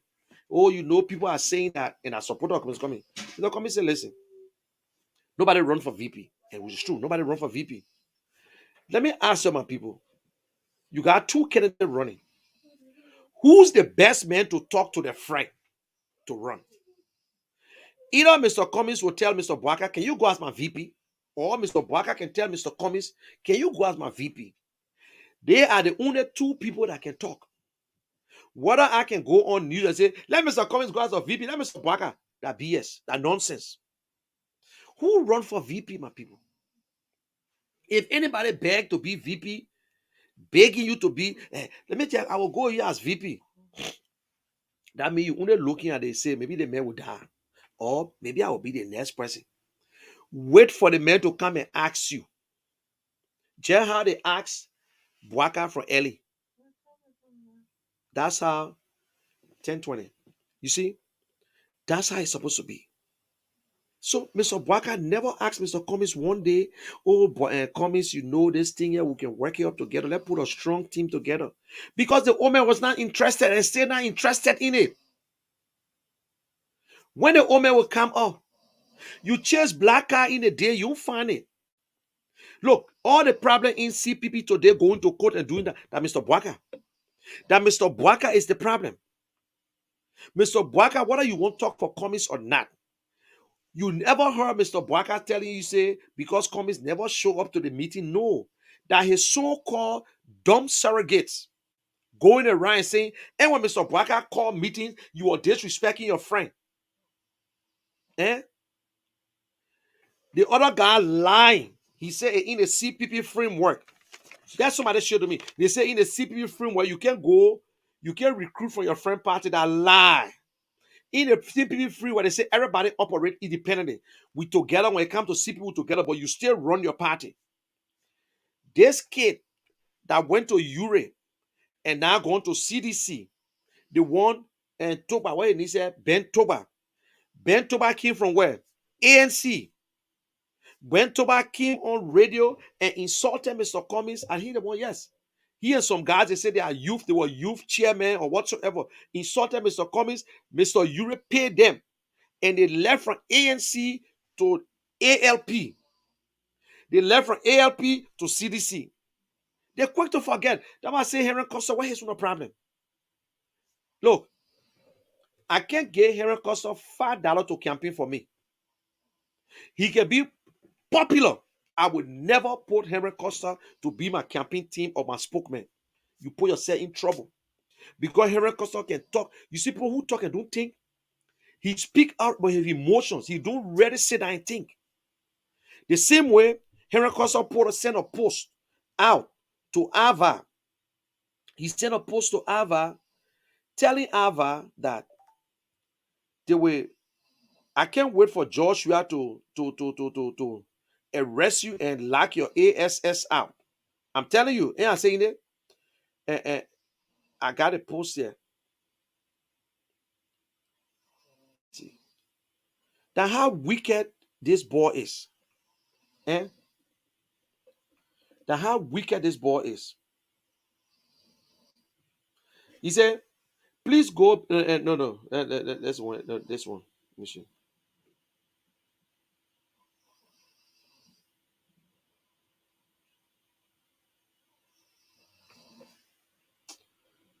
Oh, man.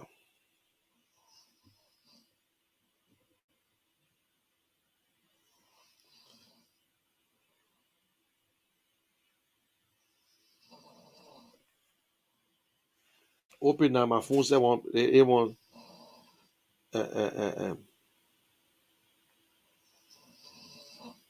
Okay, my phone said freezing up now. But these are all the texts here between he and Ava. Call Ava on the 31st. That I can't wait. I will make sure that Joshua arrests you of this and that. You on great all kinds of things to Ava. You know what I'm saying? For the same book. After he published the book. If they're going to kill Ava, how you going to feel? He did the same to the auditors. They killed them. That's the man you depending on. That the same man who say, if Bwaka can't talk, I want myself, I will talk to her. If Bwaka can't talk, I will talk. Let Bwaka not talk. Let Bwaka come on today, Tuesday. They say Bwaka want to talk. Monday, Tuesday. We hear from Bwaka yet. We hear from him tomorrow. We will hear from him the next day. The release never came from Bwaka. The release from that they put on, they say Bwaka name on it. It never came from Bwaka. Yeah, it never came from Bwaka. It was written by somebody. It never came from Bwaka. They said Bwaka was going to give response. He said one lady get to give response for him. Not even one of the officials. Not Mo Ali, not the chairman, not some political person. He said, oh yeah, you know Mr. Bwaka won't report. And you know I love them when they do it, they justify. But even in America, anybody can give it. Nah, lie. If you want to bring the official fund, or in America, they can give a permanent person, somebody who like a rising star in the Republican or Democratic Party. That's what they will do. That again, not a rising star. So we shouldn't start lying to ourselves. Y'all don't promote no young people. If y'all could promote young people long time, long time. Cummings will not be in our age and still want to run for president. Let me tell you the real truth. Maybe he'll be president at that time. But Cummings is the next president of Liberia. It's on the wall. It's written. You know what I'm saying? You listen to George Weah at the sermon at his crusade. He said he's a celebrity. If nobody know, if the people don't know you, they will not talk about you. That's true. So they talk about Mr. Cummings. That means people know Mr. Cummings. And I agree with Joshua. He's a celebrity. We talk about Joshua because he's a celebrity. Joshua been a celebrity before he became president. So we talk about him. Some will be true, some will not be true. Because Mr. Cummings is in the light. Because of the work of Mr. Cummings. So Mr. Cummings is a celebrity. You don't know that? Mr. Cummings is a celebrity. You go to, he's a political figure. You go around the world to any country, they know Mr. Cummings. People say, oh, my brother, let me tell you, Joey played football. People heard the name before. He played football. People know about King Pele. The late King Pele. They know about him. They know about Maradona. All these people set record. They know them.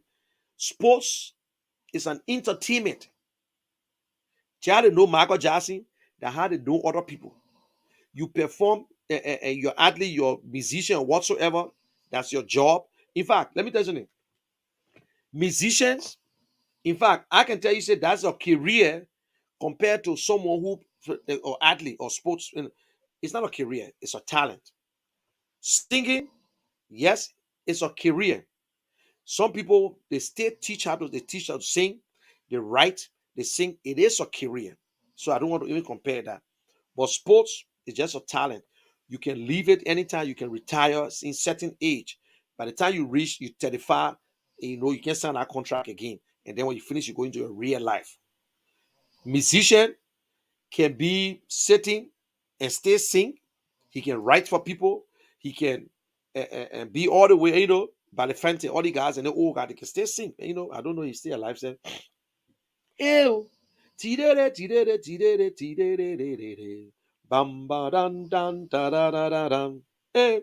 Da da da da da da da da da. Alice Cummings will be president. Ew.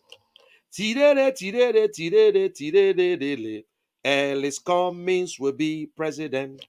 Oh. Vote, oh, vote, vote, vote, vote, vote, vote. Alice Cummings will be president. You don't want to sing that song. So you see, Liberians, we got to open our mind. Let us put things aside. Let us be serious. The problem with us, the way we analyze things, only a few Liberians really can do it. But our so-called educated people, they are. All their thinking is different. Yeah, Delon, we need our money. We need that money. That money is from Mosrado County. You must take him to court. That criminal, he stole the money. He need to go to jail. The money not for Delon, my people. That government money. The money can go in Delon Park. That money will go right back. My boy, they don't try to set Martin Kula up, but thank God, yeah. They don't try to set Martin Kula up. But when the money got into the account, it was used already. Because Martin Kula overdraft, he had money for the bank. The bank took that money out. But the boy paid the money back. You can't do nothing to him. You can't do nothing to him. Now they don't run around with no head on it. I'm surprised. I thought he was smart enough. I thought he was very smart. Let me tell you the real truth. I thought he was smart.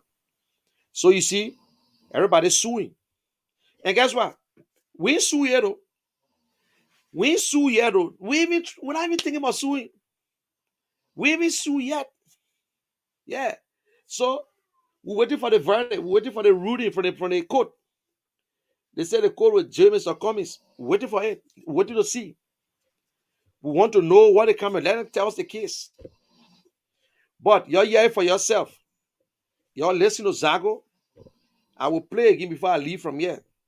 You're listening to Senator Zago. Eh? Yep, that's a good song. You know that song for true. Yeah, we say the old man expecting a major surgery. Listen, Omer Buaka will go to Turkey for the surgery. Take it from me. He will be going to Turkey. Omer Buaka will endorse this guy behind me, the guy. Mr. Buaka will endorse this dude. You see, Mr. Buaka will endorse Mr. Cummings as president to be the standard bearer. He will support Mr. Cummings. Mr. Gonglo will support this man. I'm telling you. Just watch it. Take it from me. Take it from me. We are saying things that people will not understand.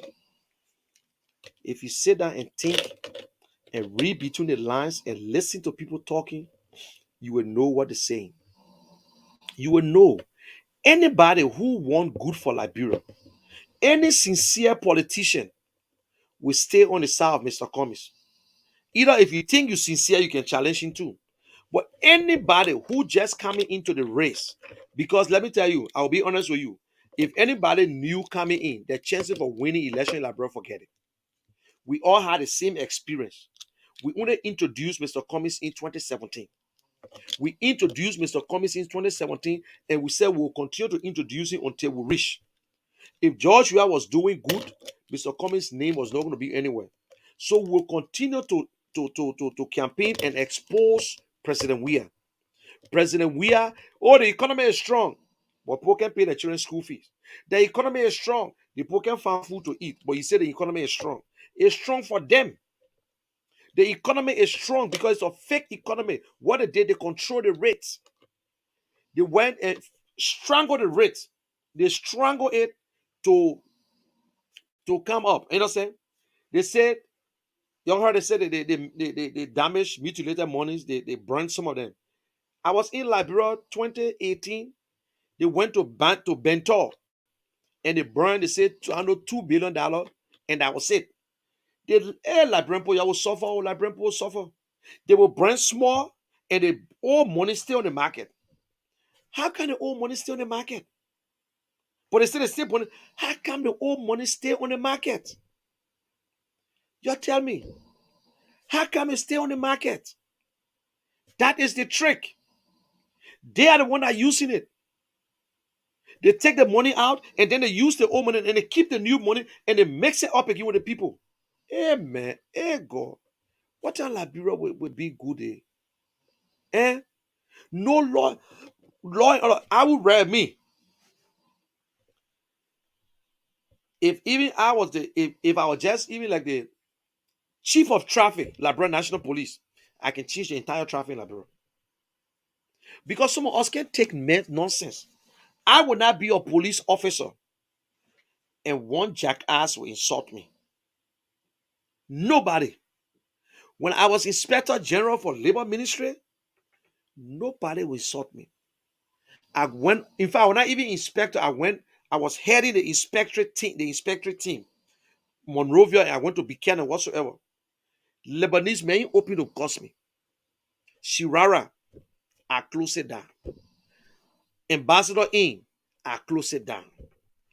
And Fuani Brothers, I close it down. A to Z, I shut it down. Alliance Motor, I shut it down. I don't want to call Munel Kishen. Until everybody say, man, your own people there. I told her, I said, they know me from nowhere. They know me from nowhere. I know them because they know me. Because I'm Inspector, I was not even Inspector General said. I shut them down. I closed them down. Before Sharara, right opposite immigration, used to sell cloth. That one, I shut him down from in the morning, from 8 o'clock in the morning till 5 o'clock. Moa Omoke. He went to the deputy minister. The way Tom, will you throw that other case also? Because I told him, I said, nobody will tell me to be a scapegoat. And that was something that in me, even in America, my supervisors, it's not that they're afraid of me, but I know exactly what I'm supposed to get and what I'm not supposed to get. I know my rights when it comes to any job. The first thing I will read a handbook. When I read our handbook, and I will tell you today, I'm a contractor and I work per job, but I read the handbook. And so far, I think I'm the only person who can get bereavement benefit, because if you don't say nothing, that's it. But you say something, when you put it in, they will give it to you. So I know my rights. You say, oh, Munel, I can't go train. If I got a project, I want you to head the project. I said, okay, no problem. We got to the place, heading the project. I did the first and second day. I said, so how much are going to be getting paid? Oh, is it? Oh, I will get paid with the other man who not heading the project. I just to say, bah, I'm gonna say on the project, look for another, or you can go and do it. Say you don't want getting paid. By the time I left, they called me, okay, you know what? We add $2 more. I said, oh, you create yourself, you start better. I pay you, yeah. So you got to know your rights. Don't let politicians lie to you. I will not support Mr. Cummings and don't ask Mr. Cummings question. I'm not going to sit down in front of Mr. Cummings and I can smile. Oh, and the chief coming. The chief coming for what? You know matter, and I tell Mr. Cummings, I say I told you. You go watch it. You watch the tape between myself.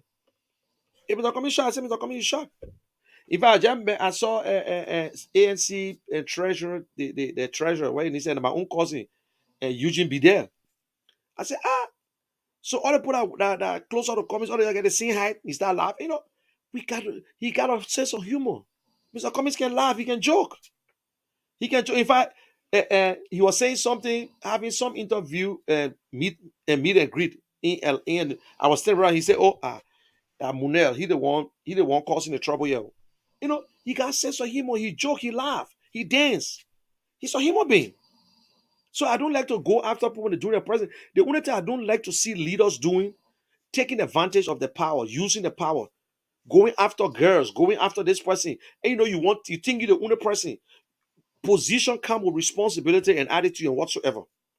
You can't just be messing around. You're a father now. And, you can't take side. You gotta be like the twin mother. You gotta open your arms for everybody. Say you don't have to look. Once you're a leader now, you don't pick and choose anymore. You run for president. You ran for this president. You got it. You know the woman got 12, 15 children. You say, oh, no problem, I won't marry you. You take the woman and then you want to choose one of your children and forget about the woman children. No. Now what Joshua doing?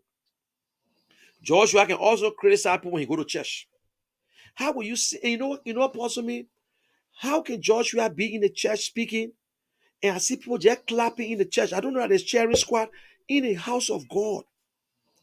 And in the house of God, this man preaching and people clapping because he said, I'm a celebrity. Anything you say about me, not nothing. I the one with build and run. Whoa! Hey, Cherry Squad, Joey, are you lucky, man?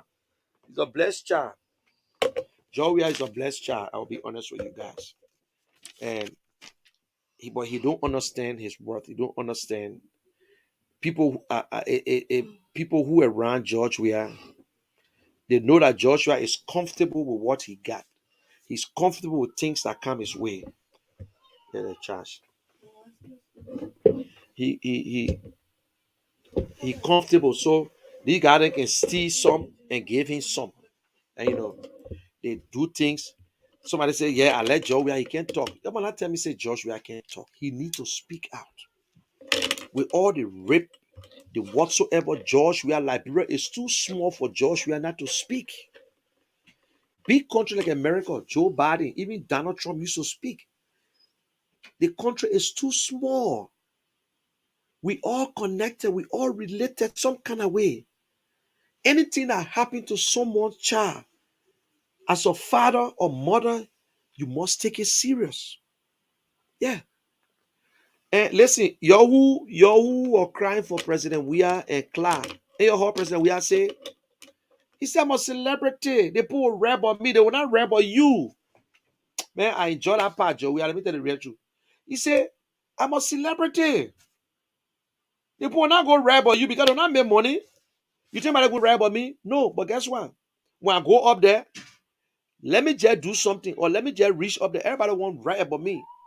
They want to know where my pa coming from, where my mom coming from, where I was born, where I used to eat. But you're not nobody. Stop crying for somebody. Don't cry for the bereaved. You know what I'm saying? There are people who write about Mr. Cummings too. You don't know that? people there writing about Mr. Cummings. There's somebody, I'm going to call a name, the person doing the interview, they're doing this, they're doing everything, they're taking every note, and they're going to write about Cummings. But they're not ready yet. You see? So you got to take notes. Joshua supposed look, if I was President Weah, I was going to write about myself. Because as a celebrity, you see, writing, you don't even need to write, just give a story. You call Emaria Clark and call somebody else and give your story. This guy, Vantageous. Vantageous never went to school, but Vantageous got a book and she had a movie on Lifetime, her story. Somebody write it for her and she got a proceed and the person got a share. So she said, listen, come and do my story. So you can do your story.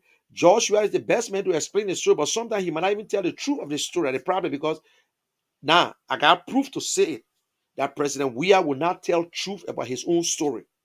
I got so many proof. The first thing President Weah said that he left from Sastan 1975 and arrived in Monrovia 1979, which is not true. It's possible. He was 9 years old at the time in Sastan. His mom never left Sastan. So if you're 9 years old and you in Monrovia and say, my first time to go to Monrovia, I left from Sastan 1975 and arrived to Monrovia. That means he was not born in Monrovia. That was his first time coming to Monrovia. So that means his mother born him in Sastan, which is not truth. You see that? It's not truth.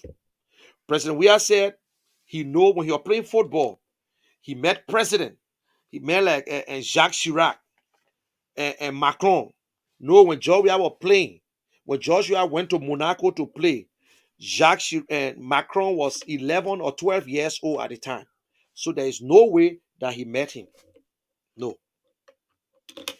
Georgia met the president of Italy because Berlusconi was the president of AC Milan. But nowhere you can show me one picture that President Weah met Jacques Chirac of France. That's not true. He played for PSG. Jacques Chirac was not the president. He was not whatsoever. So it's not truth on that one again. George Weah said he gave Zoga Wilson, he raised over $2 million for Lone Star and gave it to Zoga Wilson. I want to see that. That's not truth.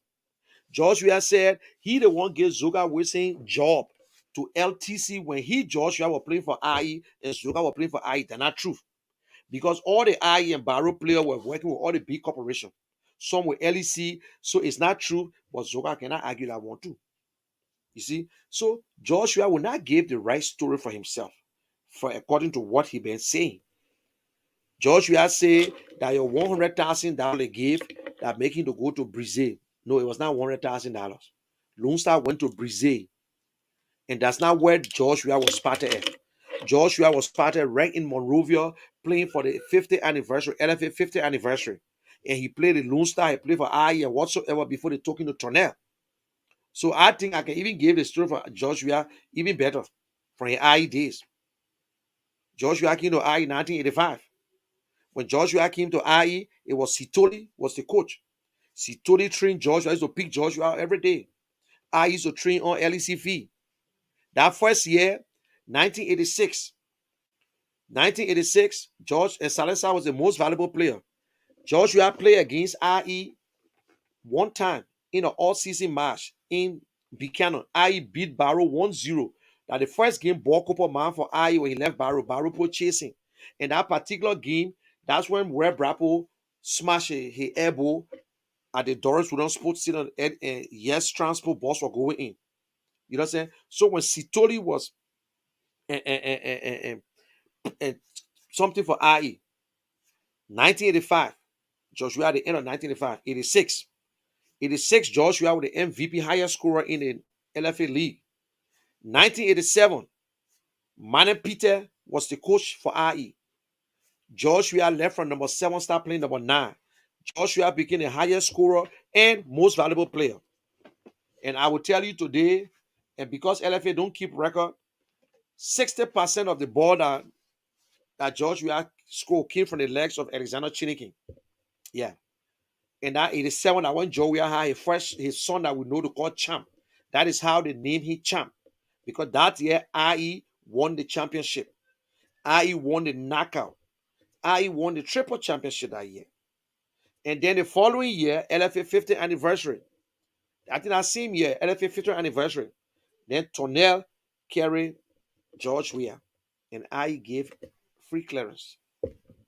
He played for Tornell 6 months. He was spotted by Claude Leroy and called your man Arsenal winger, said, I get one black diamond for you, yo. By the time George Weah entered to France, entered Monaco. Monaco were on their way to go play their game in Iceland against Reykjavik. They brought George Weah in 30 minutes. Or I think somebody, he scored for 30 yards.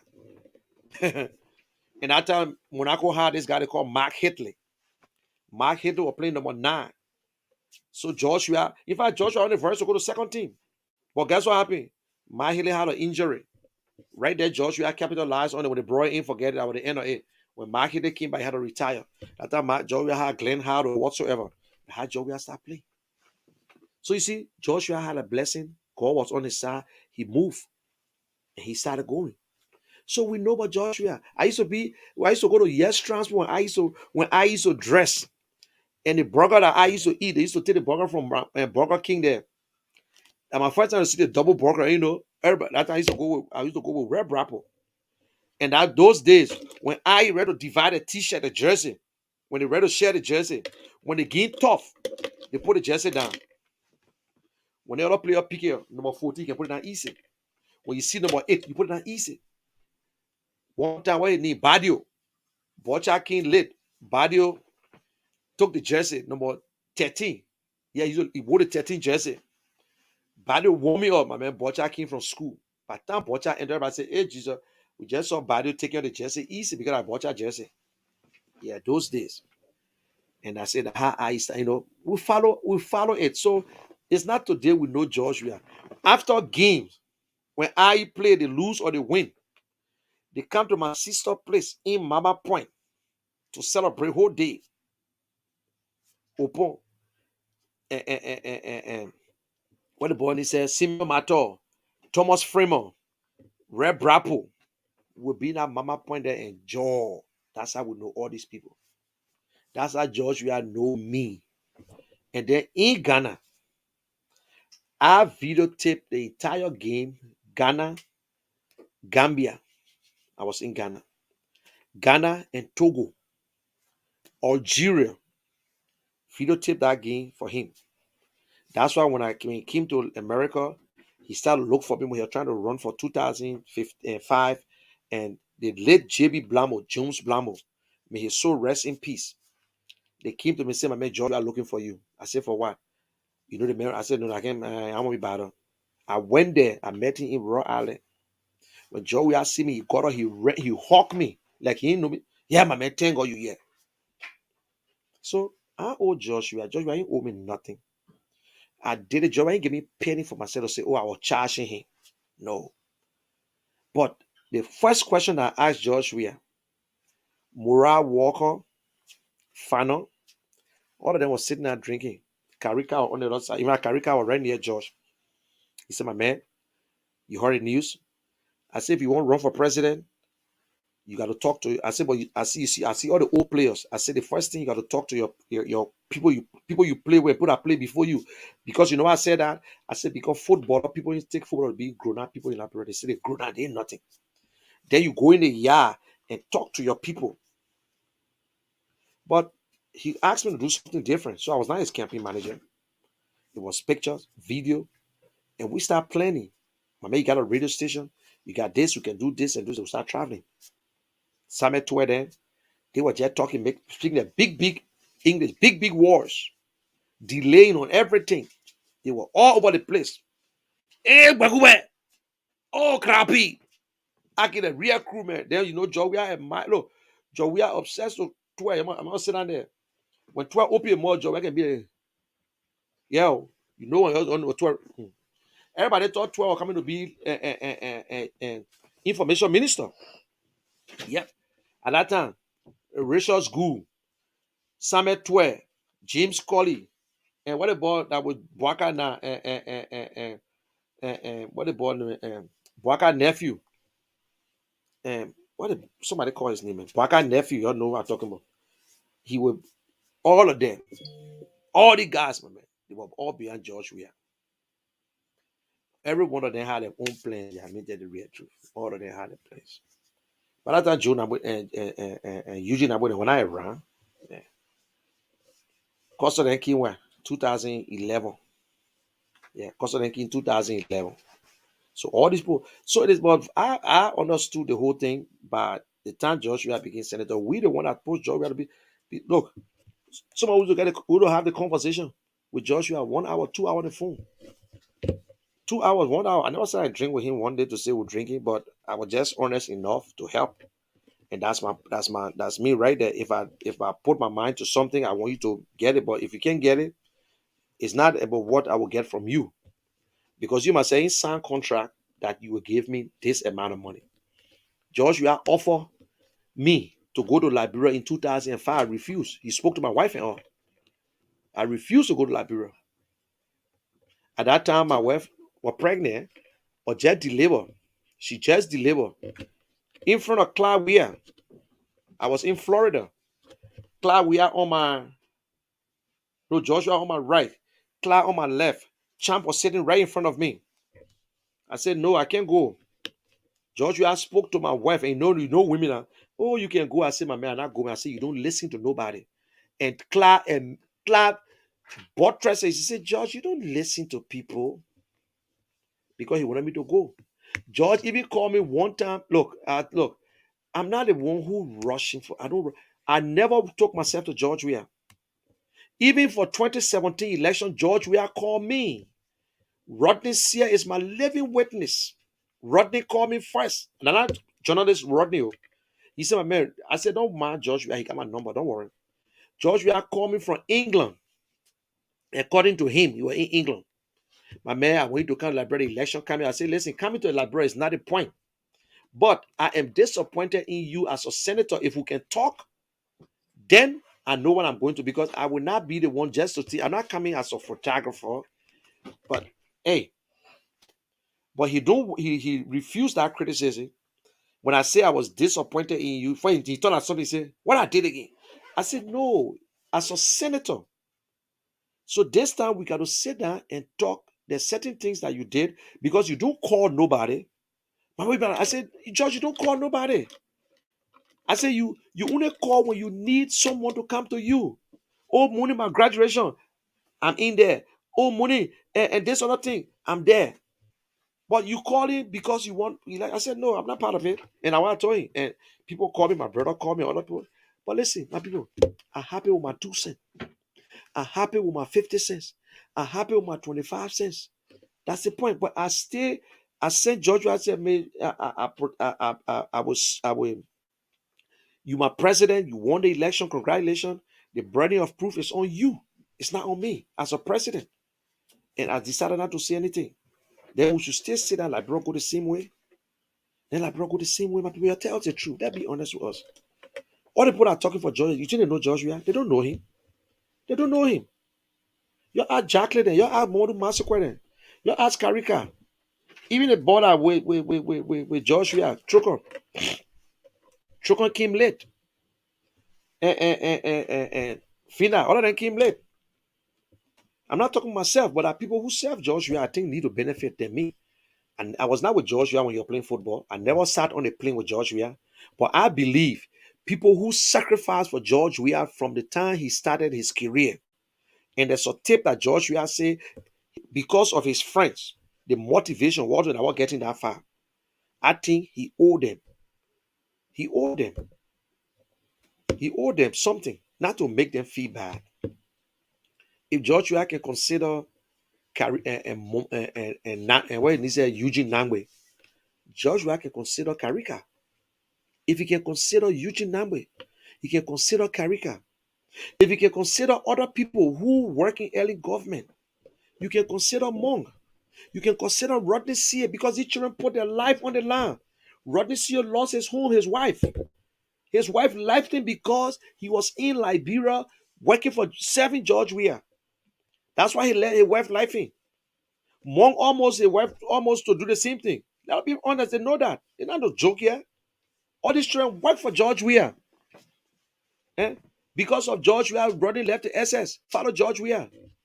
Every one of them they work. They never had money. Joshua was not, they were not on payroll, but the children were sincere. They were honest to him. They could do anything for George Weah. This was, even you don't give them job, they should be your body. Because they were looking of him. Momodu Massacre was looking George Weah face and telling him, say, my man, you not correct today. Oh. Telling the truth. That's what friends, he called them, he said they are the brothers. They are brothers. No matter what they do to you, you can consider them. You know, there are people I know, I will not call their names, who sacrifice. Macalaw, another one, work for Gion Pro. What a little misunderstanding. No. In life, and let me tell you, I will leave this with you. In life, when you get a friendship, even if you, okay, let me just put you got a home, you got a wife. Even if your wife pays you up, look at the good and the bad. Your friends, how many times your friends disrespect you? How many times your friends show you respect? Look at it. Then you consider them. If you open a book, good, good, good, good, bad, bad, good, good. Then you verse, stop it, man. Stop it. You need friends. You can't change friends like you changing your cell phone. No. Friends are hard to find. So be careful, guys. Some of you all there who when you and I know, and then again, it's both ways. Some of us who don't know how to keep rich friends. Let me tell you why you don't look like Brenda. By the time you get some friends that are rich, by the time you call him, hello, my man, that is you know the children not even eat today, my man. Yeah, it tough for me, oh, it tough for me. The man give you small thing. By the time the man call you, call the man, James. Yeah, my man. Hi, read to you. Yeah, my man. It's not easy today. Oh, you know, I'm a card. No there. The next time you call the man, can pick up the phone. The guy say, man, the guy coming out for money again. You cannot. What you need to ask the man? Tell my man, you gotta show me the secret. Oh. They reached here, they here. You gotta show me. Remember, you gotta put your ball. You gotta show your man the thing, my man. But if you ask your friend, even if you say, my man, put me into something, because when you put me to something, when I make it, I will come and chill with you too. Then I will help another person. I help another person. But you see the man, every day you want something. Every day you want something. So you see everybody mess up. Some of them maybe they mess up too. So I can't blame nobody. I'm only saying this thing here, my view. But whether they mess up or not, you were the big boy and you stay the big boy, and they all saw it. They all were depending on George Weah. They all supported George Weah. And I will tell you today, they will still support President Weah. You bring Monk to President Weah, he will still support President Weah. You bring Rodney here, he still believes in George Weah. Even Karika, even if they mistakenly go out to campaign against George Weah, but they did it either out of frustration, like Kerry Sebwe. Maybe they did it out of frustration. Okay, let's forget about Kerry. So what about Joe Namwe that stood with Karika and stood with George Weah? What he doing? You not hear in your life they say advisor to minister. Minister get advisor that had it, that the other they say Joe Namwe that advisor to Zioka Wilson. Eh? Joe Namwe advisor to Zioka Wilson. And Christopher Ray, all the guys, and Kevin Sebwe, Thomas Kojo. These children live with George Weah. Where they are today? Where are they? Where are they? They play with George Weah. Danisha Sebwe. Even, you know, I tell you, God, go to people who don't show respect. Bring them and let them know you. People that don't support you in politics. These are the people you win. You go to them and let them be convinced. Let them be convinced. George Weah should have been like Paul Kagame. If George Weah, the way the people are in love with George Weah, and George Weah start to do the right thing, fight corruption, instill law and order first in every home. If no discipline, the children will mess up. Nobody respect you. Look, George Weah going to step on the opposition, and nobody going to say on Jack. Because the people love you so much, everybody switch over to you. The opposition will suffer, and nobody will say nothing. Yeah, but hey, they mess it up.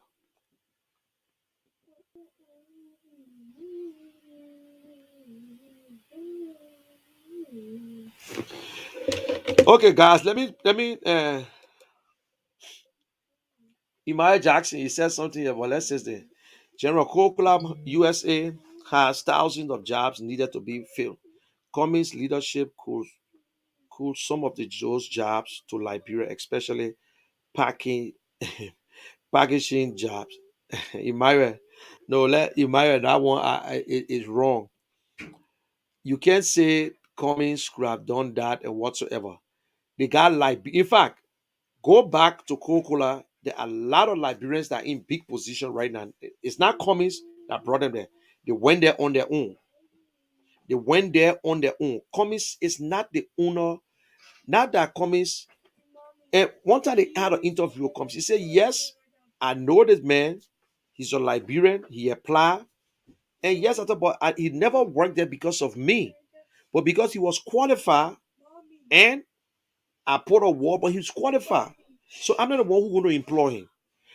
Coca-Cola in Liberia had Liberians on payroll. They had, let us stop what to do. It almost like you saying that Coca-Cola was already in Liberia. Coca-Cola was in Liberia. But I will tell you the truth that Coca-Cola was not making money in Liberia. They were not making money in Liberia. That is why even that Coke was not tasting too good again because it's like they were just spending more money. Their product was not that extra anymore. People were buying the other one from Nigeria and whatsoever. And they were not making the money. So small little Liberia was still bringing Coke in the country. So what you expect? There was nothing there again. So Coca decided to close down. Who knows? They might come back again based on because the country is small. They can they get Nigeria Coca doing good in Nigeria. They get in Sierra Leone. They're doing good there. So if Liberia not doing it and we're lying, small country to be and other people bringing coke in the country, then the competition Coca will be out of business.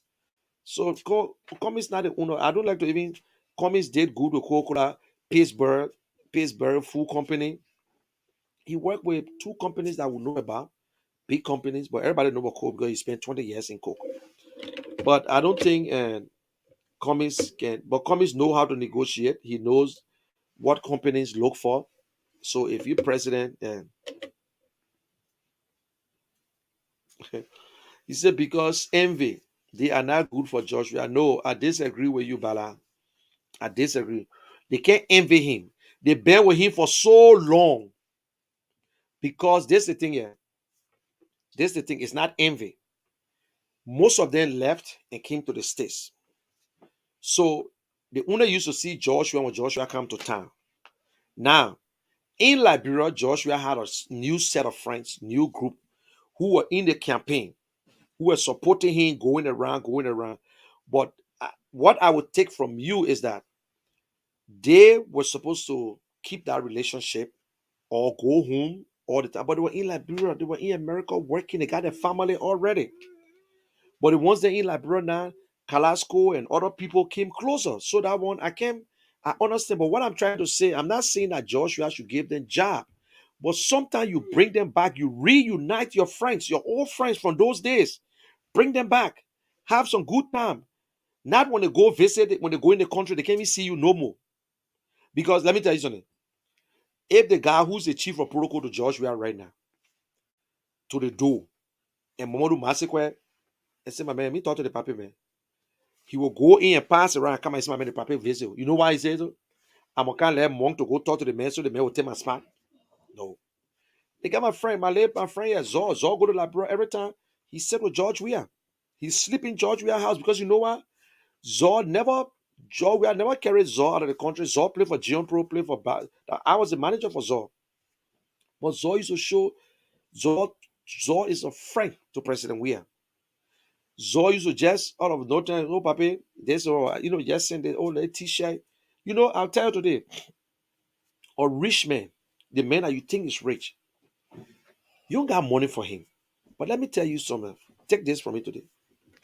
Even if that's a card or t-shirt, V-neck, 3, you wrap it up and you go to him and say, oh, happy birthday. Oh. That guy will cherish that thing. That dude will cherish that thing.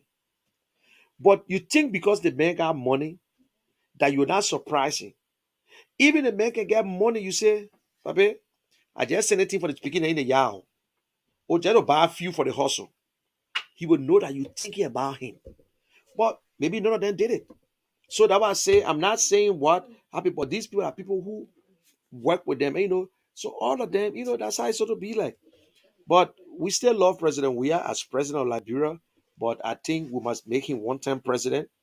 He's in history, whether we like it or not. When they call him all the names, Joseph Jenkins Robert, Stephen Ali Benson, Dana B. Warner, Gene S.P., Ella J. The big.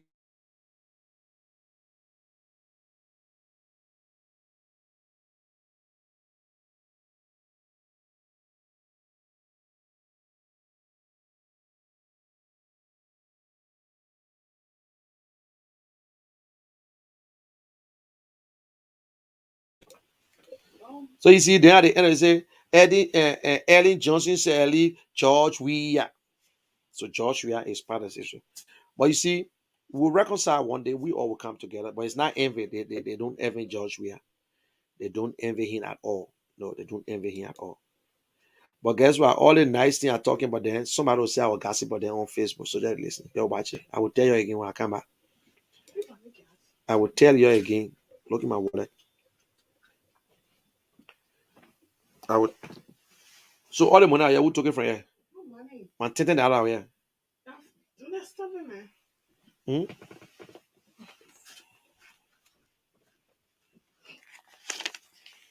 Yeah. Hold it now. Don't let the trend see the money in my hand and start begging too.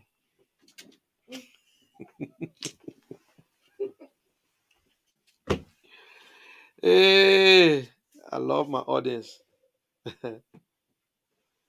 Okay, guys. And so for those of you who, I don't know if you watched the video with Steve Zago, he explained himself, and it will tell you that what we've been saying was truth.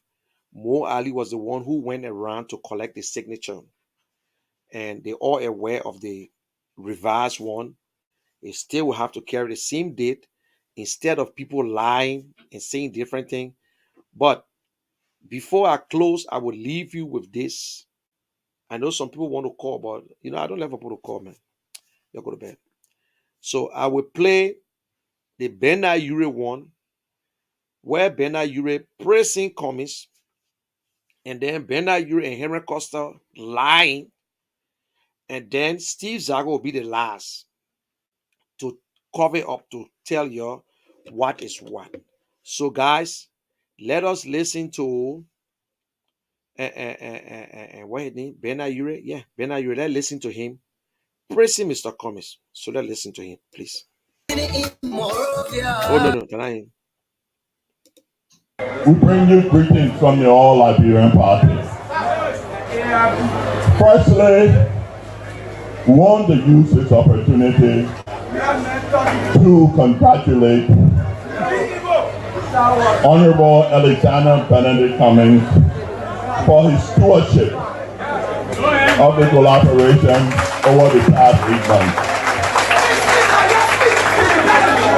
Mr. Cummings, we at the All Liberian Party want to seize this opportunity to congratulate you for what we believe was a job well done. And people, it's very difficult to control 4 political parties, all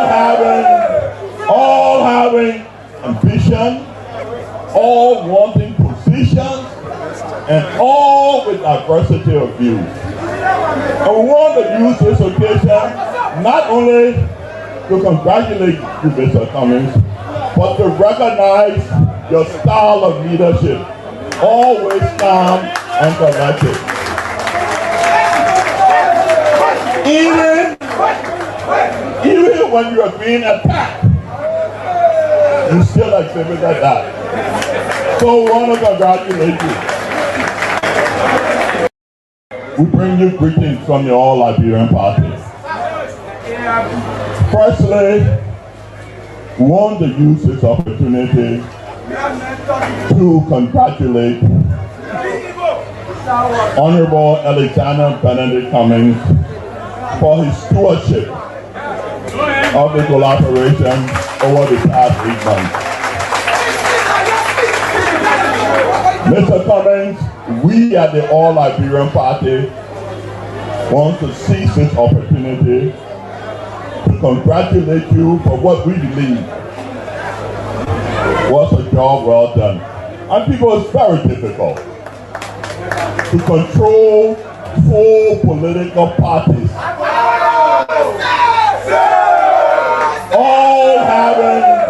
all having ambition, all wanting positions, and all with diversity of views. And we want to use this occasion not only to congratulate you, Mr. Cummings, but to recognize your style of leadership, always calm and collected.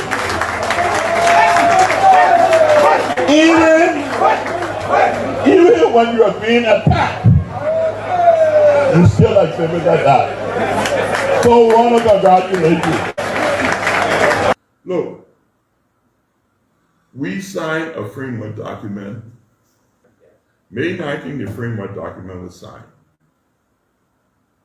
Copies of that document should have been forwarded to each political party, because there were 5 copies we signed, 1 for each political party and 1 to be taken to NEC. As of today's date, we have not received our copies of the framework document. I was informed by somebody in NEC. All were my sources in this whole process. It's a funny television show that people go on and make all kinds of remarks about people. And I was informed by somebody in NEC that the document that was submitted to NEC was a photocopy of. I turned on my television one evening and I heard people quoting things from the framework document that nobody would be able to leave. And even if you leave, you would not be able to fuel a candidate into the elections. I was informed by somebody in NEC that the document that was submitted to NEC was a photocopy of. Then that morning, I called my chairman and I told him I wanted a copy of all the framework documents that he had. As of today's date, we have not received our copies of the framework document. He immediately forwarded them to me.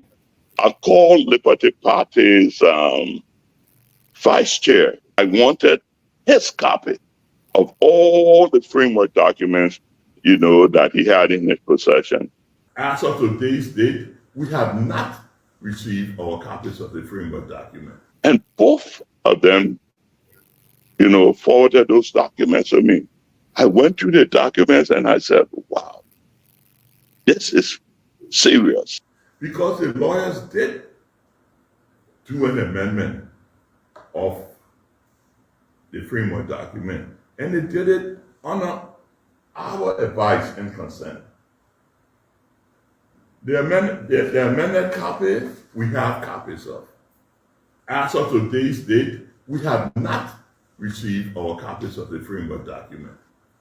It still wasn't a document that was filed into NEC. Make this crystal clear to you. We did sign a framework document. 4 political parties signed a framework document. And under his leadership, he convinced us that there was a need to have lawyers look at the document and put it in legal perspective. We agreed.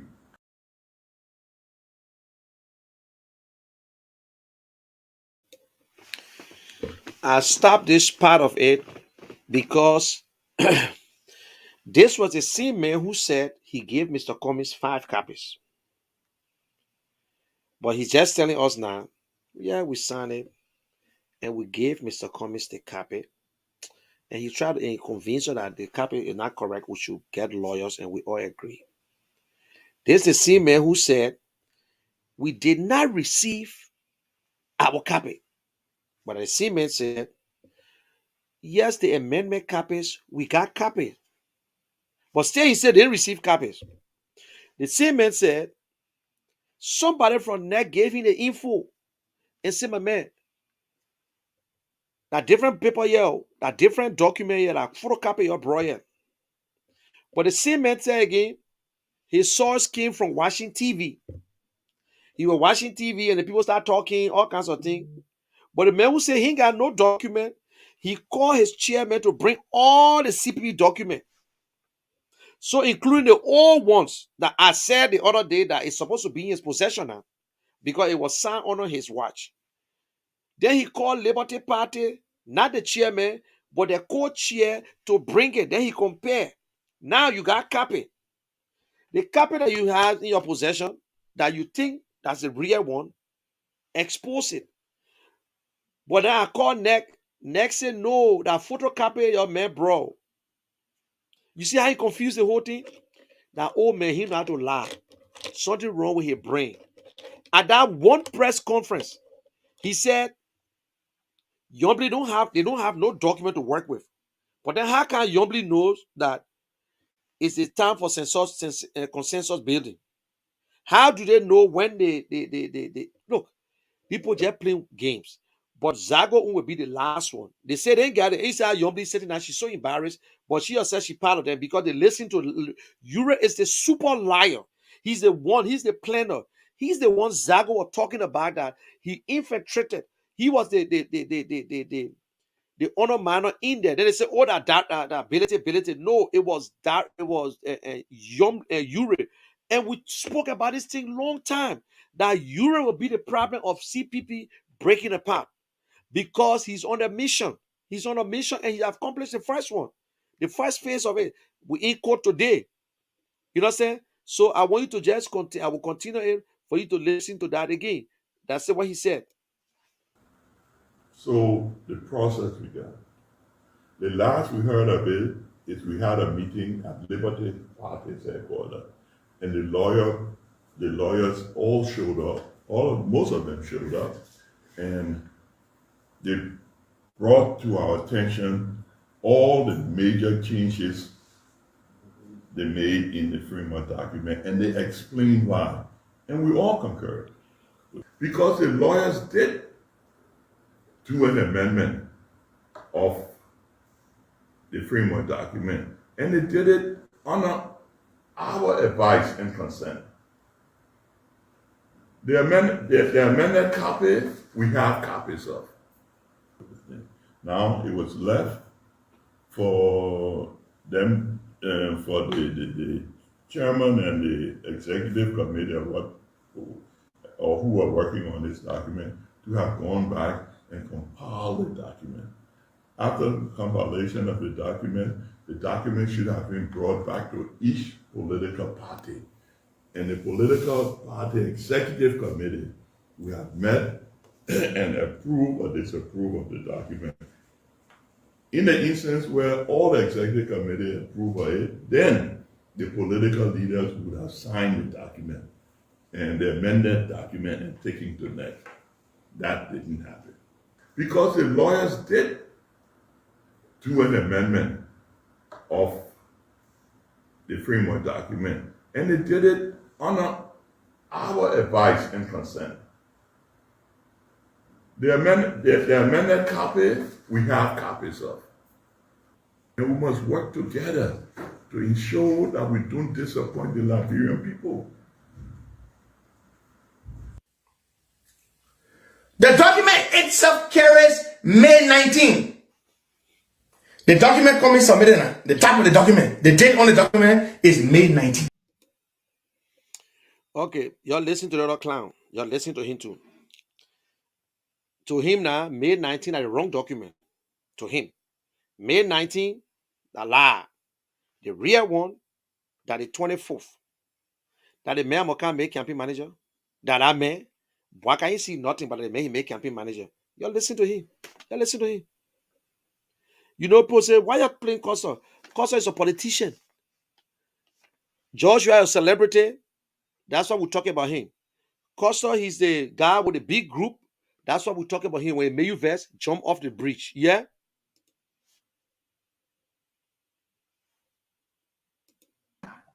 But here is the thing. Wait.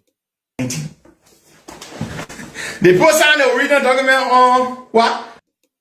And taking to next. That didn't happen. Because the lawyers did. May 19th. Now listen. The post signed the original document on what? April 25th. The document Cummings selling May 19th on the document. May 19th, the framework document was signed. The document itself carries May 19th, while the notarized page carries two different dates, and the confirmation of receipt by NEC has a date that is different from the submission date. The document itself carries May 19th. The document Cummings submitted, the type of the document, the date on the document is May 19th. The post signed the original document on what? April 25th. The document Cummings selling May 19th on the document. May 19th, the framework document was signed. The day you turned over was the day the document was signed. The post signed the original document on what? April 25th. The document Cummings selling May 19th on the document. May 19th, the framework document was signed. The day you turned over was the day the document was signed. So you could have known, by all means, you of all people should have known, if such a provision was in that agreement saying that nobody can pull out, and if you pull out, you can't fill the candidate in your own party's name. Yeah. You would have known. But then Definitely. all of a sudden, you're sitting out there and you're hearing people discussing this thing on some show that nobody can take. The thing is an ironclad agreement. You're in it forever. And then you get alarmed. And then you send for the copies, and then you realize this was the case.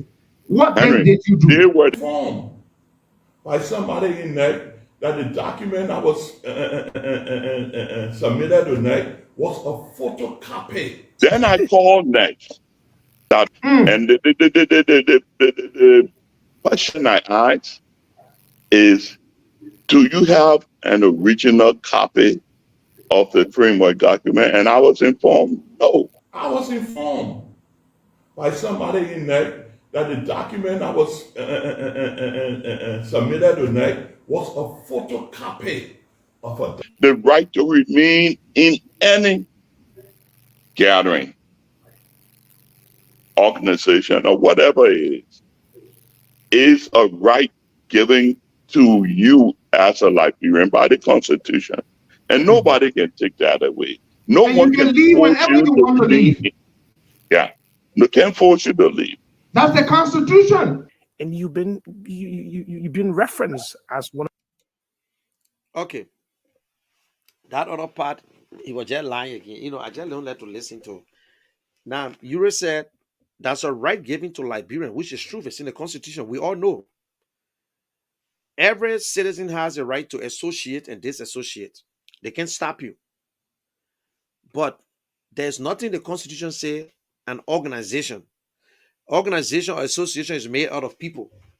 You know what I'm saying? They can't hold no one man responsible for an organization. That is why when you go and register incorporated, they give you that paper and whatsoever. When you leave, the name is still there. When your organization sign a contract, you bind by to hold it. The members can leave that association, they can go, but that's their name. You see how they're trying to twist it around? Because they want to leave and nowhere to leave. Because they sat down and said, Mr. Bwaka, there is no way you can win Cummings at the primary because he did his homework.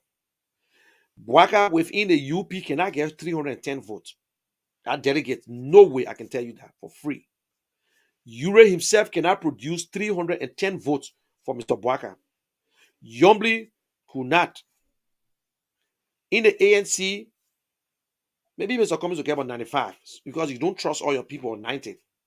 So, what we're going to do, the possibility that if we break up, that UP and CDC will be in the first round. They're looking at 2017 now. That's what they're looking at. So we rather break up, and then we can go, and if we got that momentum. Bwaka is popular. Everybody love Bwaka. Then, bam, they will go in the second round. Then this time, like Brempo will change and say, you know what, we'll carry Joe Bwaka this time. That's what they're fighting for. But they know within themselves they can't go.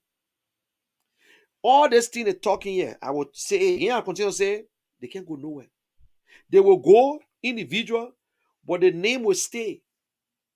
They will take that suspension. They will not participate in the election. That name, UP, if they leave right now and go to another party, they will only go to that party and use another new name and pretend that it's a coalition.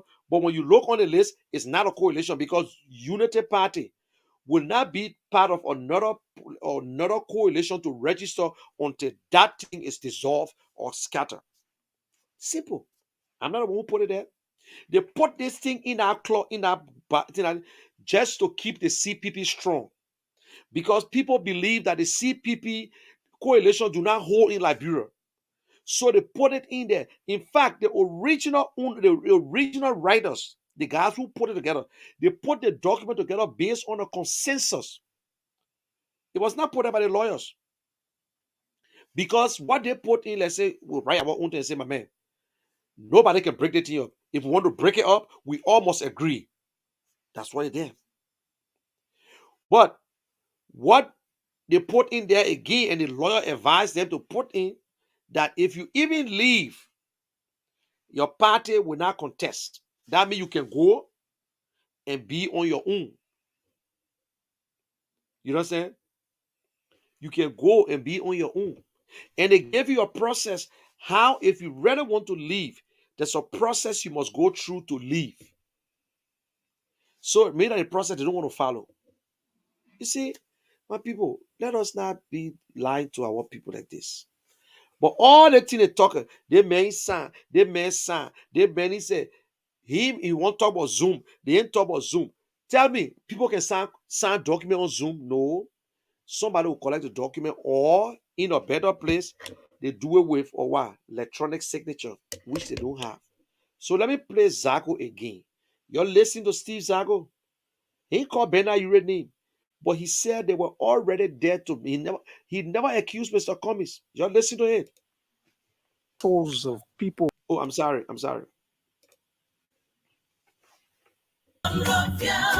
Spoon gonna tell you what is happening in Africa. Where you think we are with Mr. Cummings going to court and everything surrounding him on the framework document? Ure is suing him because of forgery. Talk to us, please. I think we're not doing well. We're not selling well, Mother Mary. It's unfortunate. I didn't envisage this. It's not what the forefather envisages. It's not what Broskin saw. I think it's unfortunate. We shouldn't come this far. And in my mind, too, my honest thing is that I don't think government chief prosecutor should jump to the thing as though it's a priority.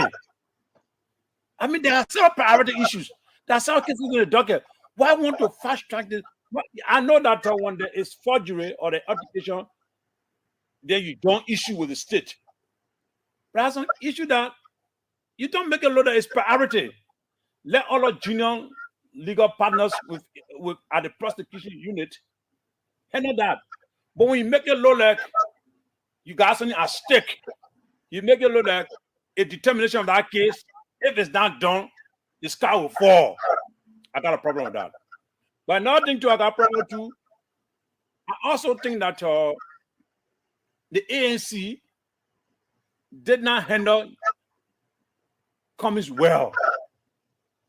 They did not handle him well. They did not help to navigate and taking to a civil learning. Somewhere in between, there are too much of slips, leakages. I mean, that's my own personal opinion. And so I would think that we can put this behind us so that the CPP can live a true meaning. There are those invisible hands, and I can see their fingerprint on it. They do not want to see the CPP. So they are paying the CPP got different motive, different intention. So they want to, the least opportunity waiting for to disintegrate the CPP, they will go for it. And somebody has actually the true colors. Let me ask you a question. The lawsuit said that Mr. Ure said, listen, the document you presented to NEC, I didn't sign it, or the one that I signed, you didn't submit it. You submitted something different. Did you, Senator Steve Zacko, sign on any document? Framework Yes, I did. document. Oh yeah, I did. Did you sign on the revised version of the framework document? Like when the revived version came in, there was a tussle within the Liberty Party. You remember now? But the first one I do remember. But on the second one, because of this thing, chairmanship, read my rule, hello Balu. So I had to jog my mind to be able to get a concrete answer. But but again, let me come back to there are those who, from the onset, knew that a formidable CPP would be the end of CDC. A formidable CPP would make a CDC a 110. So they infiltrated our rank and file earlier. Infiltrated. They knew all sorts of No. I just want to get something clear, Senator. I told you yes, one, but no, the second one. I told you yes. Okay. I did sign on, but the revised, we had a problem in Liberty Partner. So I don't know if I signed that or the young man who was chair at the time did sign. So we need to look at okay, so you said the first one was the original document. You signed on the original document. So again, when you talk about, the original one May 19th. At some point in time, we had a COVID, and did you sign on the May 19th document? May 19, 2020. I would think if I was chairman, then I did. So you did. Okay. Yes. And then this issue about the job clocks that CPP participant were on, that issue came about. So then you guys sent it back for them to revise it. Am I correct? So at that time now, at that time, I was not in the core of the CPP ups and downs. At some point in time, you saw her, and you like yes, somewhere I was not a chair again, and it's history today what transpired. No, I understand. I just want to bring us to, you signed on the first document, but the revised version you didn't sign on it. Is that what you are saying? Like I said, I would jog my mind, but I would think most likely. So you agree that you signed on only one document? I'm certain that I signed on one document, but on the next one, I had to jog my mind. The one document was it. The one document that you signed on, is that the document that Mo Ali passed around, that Mo Ali took around? Is that the same document you signed on? I would think yes. The one document was it. The one document that you signed on, is that the document that Mo Ali passed around, that Mo Ali took around? Is that the same document you signed on? I would think yes. The one document was it. The one document that you signed on, is that the document that Mo Ali passed around, that Mo Ali took around? Is that the same document you signed on? I would think yes. So did you see Mo Ali? Did he present any document to you? Yeah. Mo Ali came to my house. I do remember. And I signed. So Mo Ali went to your house and you signed a document that he presented to you. Well, one of the documents Mo Ali brought to us, and then but the final version, we did it through Zoom. But my political leader and I were together on that, and we signed together. Yes. So did you see Mo Ali? Did he present any document to you? Yeah. Mo Ali came to my house. I do remember. And I signed. So Mo Ali went to your house and you signed a document that he presented to you. Well, one of the documents Mo Ali brought to us, and then but the final version, we did it through Zoom. But my political leader and I were together on that, and we signed together. Yes. So did you see Mo Ali? Did he present any document to you? Yeah. Mo Ali came to my house. I do remember. And I signed. So Mo Ali went to your house and you signed a document that he presented to you. Well, one of the documents Mo Ali brought to us, and but the final version, we did it through Zoom. But my political leader and I were together on that, and we signed together. Yes. Okay, so the one that Mo Ali took to you, can you talk to us, please? What kind of document you remember was it? I won't be able to talk to you on the details. That'd be earnest. There have been lapse of time, so my memory may not be able to catch the details. So maybe you want to give me some time to check it up and refresh. How many copies did you sign? Mr. CEO, I will now cross-examine me now. No, I'm not. No, this is just a free yes or no answer if you want. So the case to some extent is sub judice in the court. I don't want to be specific on answers, but I can give some generality. I do remember that yes, we interacted with Moali. I do remember that there was this one that we never sound the political leader are, and then we had a Zoom meeting. Yes, I do remember the details. I won't be able to cross the T and cross the R. Something came up today, and maybe if we will move away. Let me just ask you this question. Yeah. What came up today from the chief of staff of Mr. Cummings, Mr. Azeva Tupa?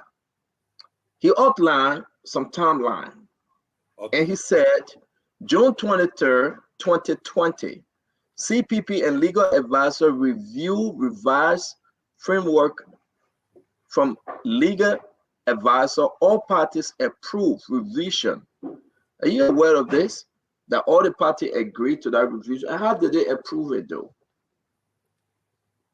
Look, and let's be honest, CEO. This whole framework thing was not just done in a uniform manner. I mean, at one point in time, we'll go left. At one point in time, we'll go right. At one point in time, we will come back. At one point in time, we'll go in front. So a lot of give and take. And it was acrimonious. It was not a smooth sailing. Had it not been for maybe the maturity of those who initially handled this thing, perhaps the issue will be far bigger than this.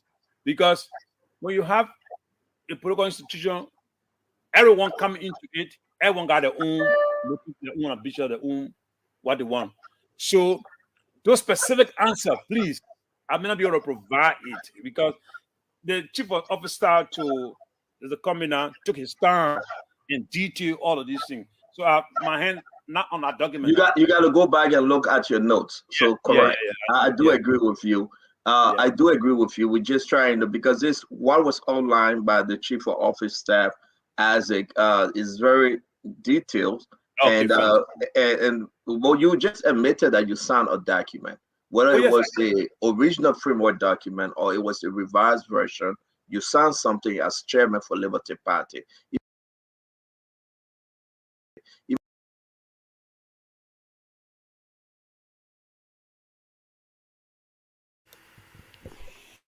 Lofa Zo. You see, it's sad. His name is Lofa Zo. Based on because you're Lofian. He said 5 copies. Nowhere that they talk about 5 copies. He just said 5 copies. Nowhere they even sound 5 copies. It was 1 copy and they made an amendment. And he just answered. He was one of those who received it. But this is what they rarely want. Loss of membership. Loss of membership. You got so many ways to leave the CPP. 1, decertification. 1, because you have been satisfied. When you go to NEC and take that document from NEC, a consistent political party shall lose its membership after decertification by the National Election Commission. If you take it from there and they say, no, you're not with us, you carry it, you can go by your business.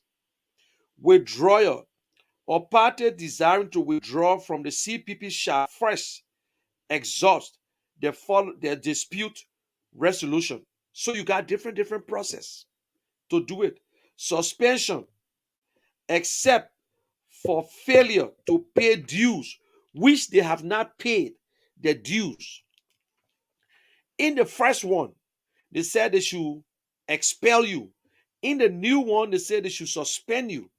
That means if you don't pay your dues, and how they will suspend you for cause and suspended by a resolution signed by 2/3 membership of the CPP.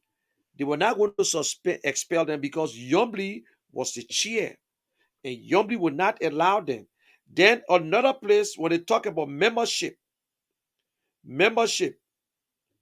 the right and privilege of membership. A constituent member of the CPP shall have the following rights to a token. No, I'm talking about political parties. Let me see membership. Okay, the following members, the founding members. Okay, let me see. Article 7, the framework shall extend to political parties. Yeah. Okay. Political parties has the right, legitimate political party has the right to join. But before you join, two of the parties got to say, okay, no problem. Then they will send you to a group that will go through everything after you go through everything. But it was not going to happen because you got Yombly, you got Joe Barker, and you got the and Jury that they tell you no, that no, you need two. You see that? So low far, there were no 5 copies, my brother. Even if there's some 5 copies, the first copy was signed under Uri, and Mr. Cummings took over. The other copies were signed through Zoom. Zoom.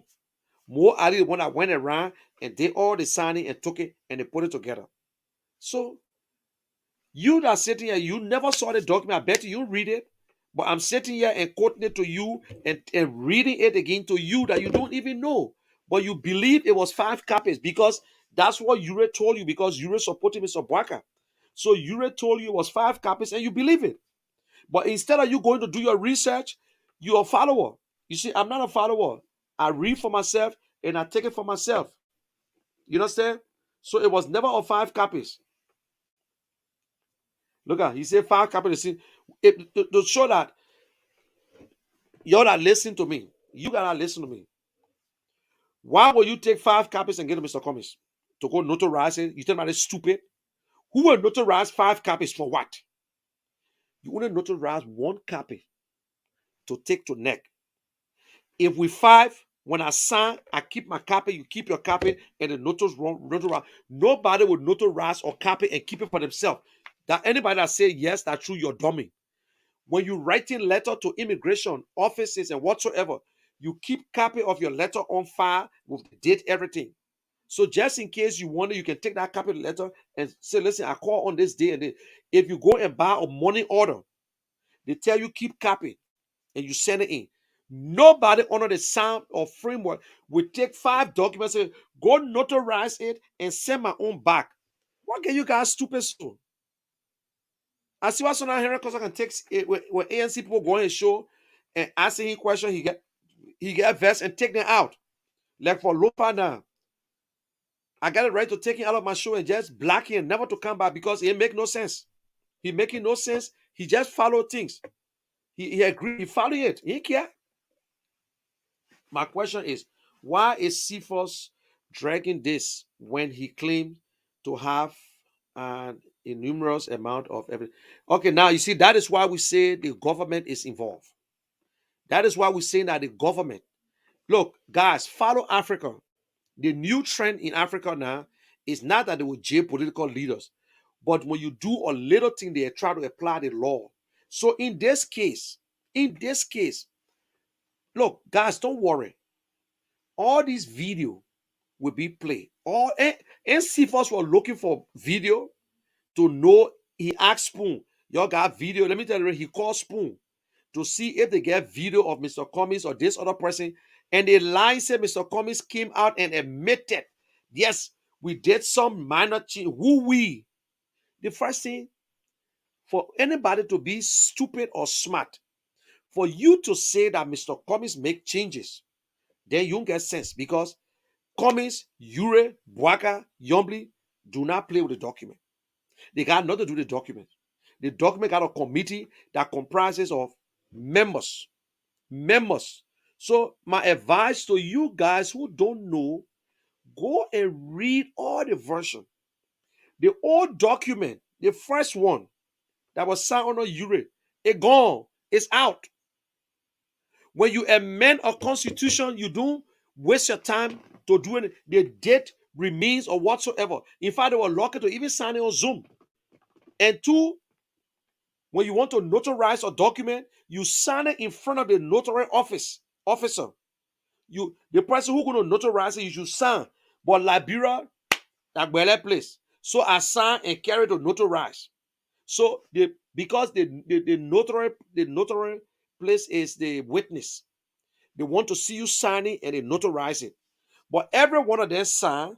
But because Liberia is not a place, when you listen to Zago, he said to be frank with you, we did this one days, we did so, Sunday we change it so because of the COVID, Sunday we can't this out. It make no sense. It's illegal to even sign a document before you notarize it. Unless you know again, if you don't know that one, the fact you can never take a document from here and carry it to your bank and say, oh man, please notarize this thing. You got to show your ID, and they want to know that you, and you sign it and you notarize it. Even if you sign it before you get there, they will ask you for your ID. They want to compare it if that's the name. You know what I'm saying? But we never did it. We signed it on Zoom. This man just admitted Zago, who not even supporting, he's supporting Bwaka. You listen to him, that people try to support it and do this, and they infiltrated the group. These are Bwaka supporters. He even, and that's why I left the entire interview. He even said the people, the ANC people said never really explain to Mr. Explain certain things to make the case here. It's unfortunate that it happened, and he caught himself. He was trying to go into details. He said, "Oh no, the case in code. I don't want to talk because apparently somebody texting quick and say, my man, be careful you answer your question or whatever." Because we know they all lies, witch hunt. So you, Mr. Friend, Mr. Something saying that were 5 copies. I'm sorry for you. You stay out of touch, my man. I'm lying to you. So you got to do something better than that. I thought they came with seriousness, but they load of fools, chokers, and big shame to them. I know that you only notarize one document, but you are getting it wrong. Listen, the document Mr. Ure turned over Lofazo. How many times Ure will explain to you? How many times they will explain to you? The document that was signed when Ure was turning over, that document was rejected by the Liberian people. That document, if you listen to Stanton, he said the document that was signed first, that had all the jobs and whatsoever, Liberian people rejected it. That is how they brought the lawyers in. The lawyers did the amendment. Ure answered the question, say, yes, the lawyer did the amendment and came to us. We agreed. They explained everything to us. We accepted it. We got copies. That's it. Then on another place, I don't have copy. So when they accept it, do you know who take over from there? The committee take over from there. And the committee went through it. It's not one man that go through the document. That's not a Luscious Store. A Luscious Store was the head of the secretariat. You know what I'm saying? Because his party was in charge. So all these people signed it. They signed that amendment, and I will call the names. They signed it, and then they went and registered the party. Mo Ali was the one who went around for the signature, and they put it on there. May 19. Ure told you that the final document was signed on May 19. The first document that the poor rejected, it was not a document again. You cannot tell me now and bring all the Liberian Constitution, 1847 Constitution. It's not a document, it's a history. Nobody go by that Constitution no more, it's done. You cannot request for 1847 Constitution. They will always tell you the 1986 Constitution. So my boy, stop it. Ure never turned over 5 copies to Mr. Cummings. That's a lie. That's a big, big, big black lie. It was never a 5 copies. Okay, if you return over 5 copies, why you should turn your copy over? Now, in your response back to me, I know that you only notarize one document, but you are getting it wrong. No, I'm not getting it wrong. You know that I can notarize one document. Why would I get 5 copies in front of me? I sign all 5. I will take my copy. The other person signed it, take the copies. Other person signed it, take the copies. The one that's supposed to go to neck will go to neck. Why I should take the 5 copies, give it to you, and bring it back to me? You just agree that yes, you notarize only one document. You know why? Because of duplication or whatsoever. So they notarize one. So that one document they notarize, the day you need copy and you go to them and they give it to you, you will get. And then another thing again, when you go to NEC and for NEC to give you copies, they will give you photocopy. That the one hearing costa say, you only got photocopy. My people, What is sense?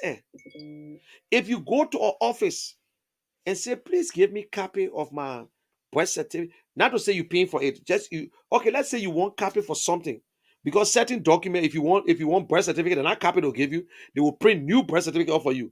If you want passport, they will print new because you pay. But if you go to a government institution like the political parties and you say, listen, I need copy of that document I gave you, they will bring copy for you. They will photocopy. They're not gonna give you color.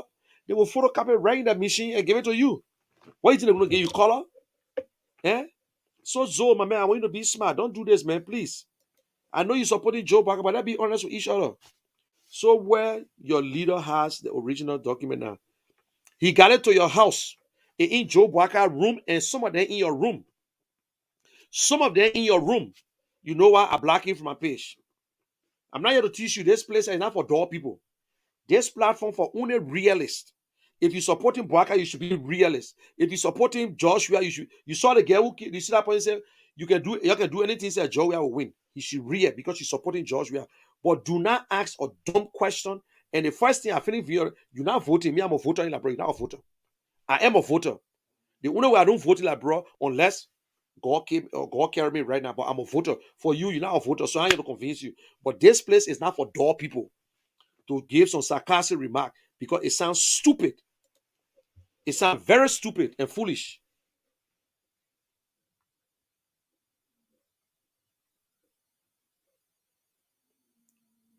This place that is not for people. I will be telling you, you want to ask certain questions. That it make no sense. So why your leader put it? He got it to your house. You better go look for it. He got it. He gave it to Joe Biden, and Joe Biden still sleeping on it too.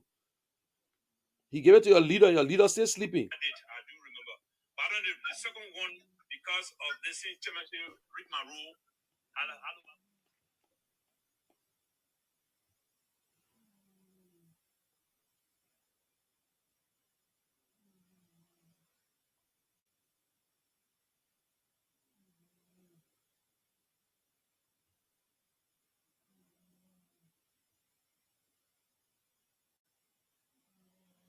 You know, it can really bother me to see people who you think intelligent enough, but I don't know where they get the intelligence. Where they get it? They keeping it somewhere. Eh? You keeping it somewhere, my brother? Your name alone. Because they say Lofa Juniors now, so you want to use your own name, Lofa Zo? Eh? You think I how to do it? Lofa Zo?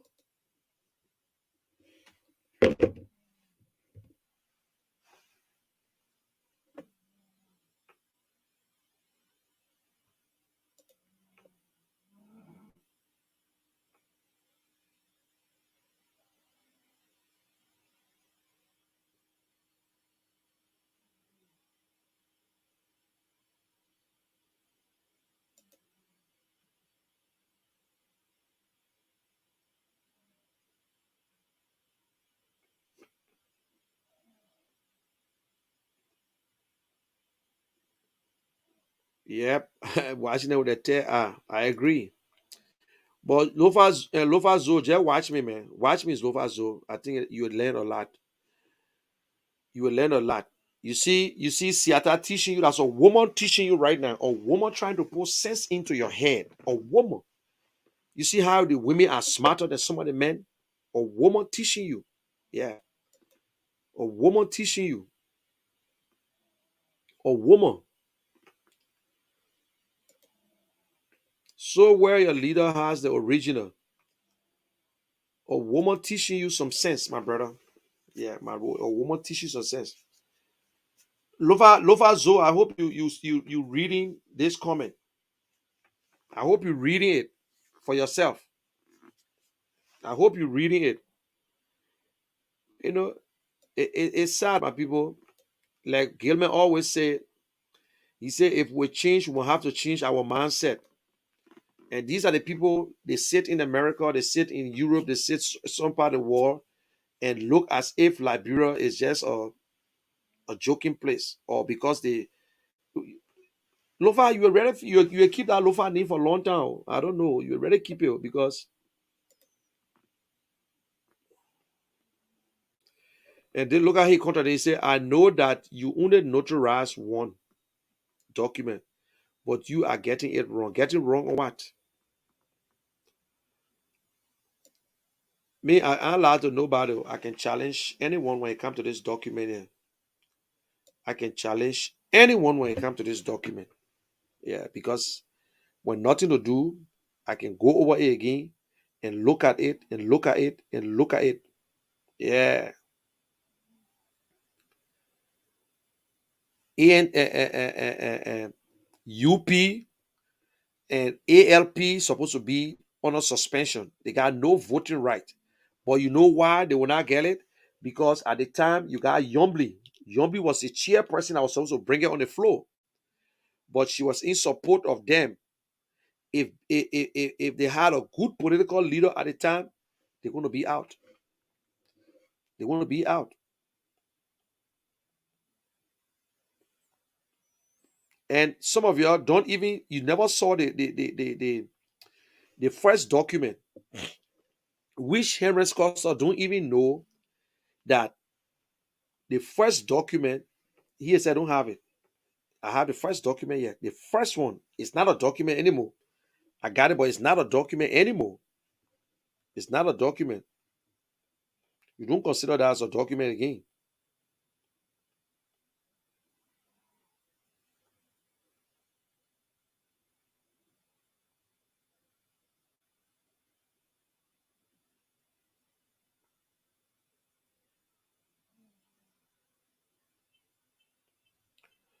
They got to say membership.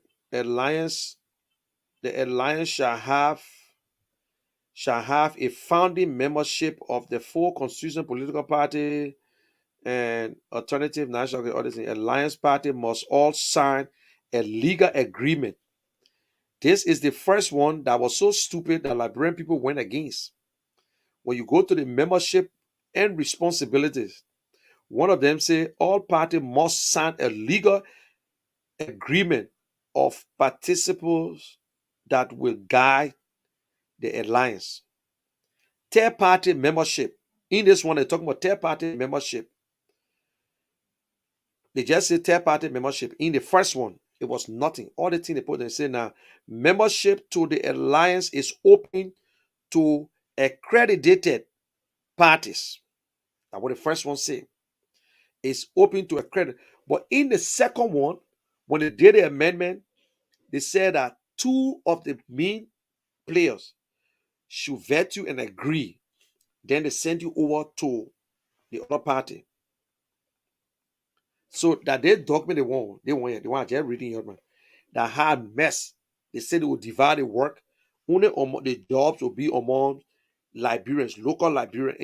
They know that means you gotta be member of the CPP before you can even work in the government. Yeah.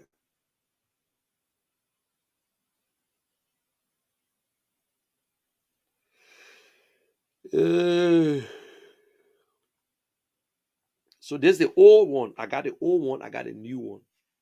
Yeah. So you see, some of you don't even have the old one. The old one is not a document anymore. It will never be a document because it has been changed. They themselves amended. When you listen to Zago said the reverse one, the revised document. They all know. They revised it, they notarized it, they took it to neck, certificated them. They had a program, they registered Darius Dillon and all the candidates. What else?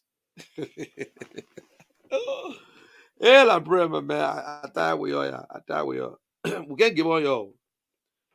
But you gotta be smart. I don't go. You see, there's a girl who came out here and said, George, will be the next president, whether you like it or not. You think I will be stupid to tell her, say no? That's her views. And I replied to her, that's her views. That's her right to say it. She insult me. She didn't tell me nothing. Even she can anybody can come on the page and say, and you see, the last Costa showed out that Costa took 1 hour 5 minutes on his show to talk about Mr. Cummings. 1 hour 5 minutes. Cummings. That's a very good promotion. Anything that is good and bad is promotion. And I read the comments. I was reading the comments.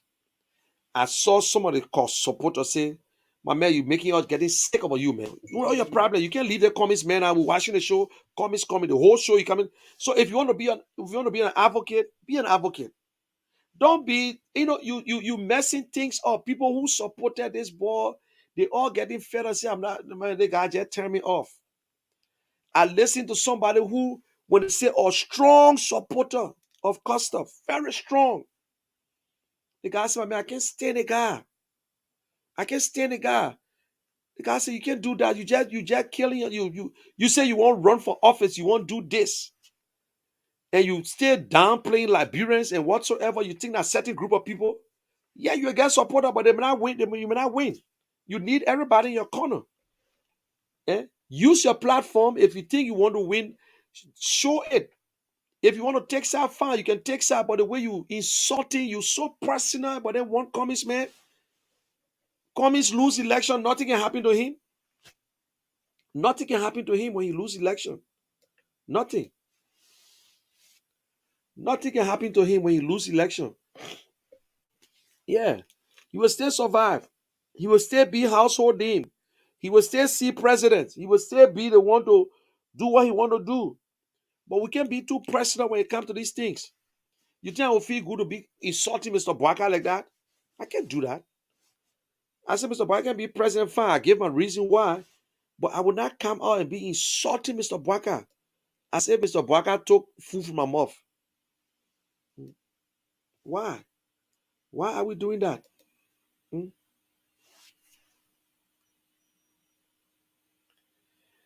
Okay, she says, so did Cummings lay the foundation? I don't know. I could answer your question, but I don't know what you're really talking about. So yeah. Thank you. You back home, man. You just came from, like, you enjoy your Liberia.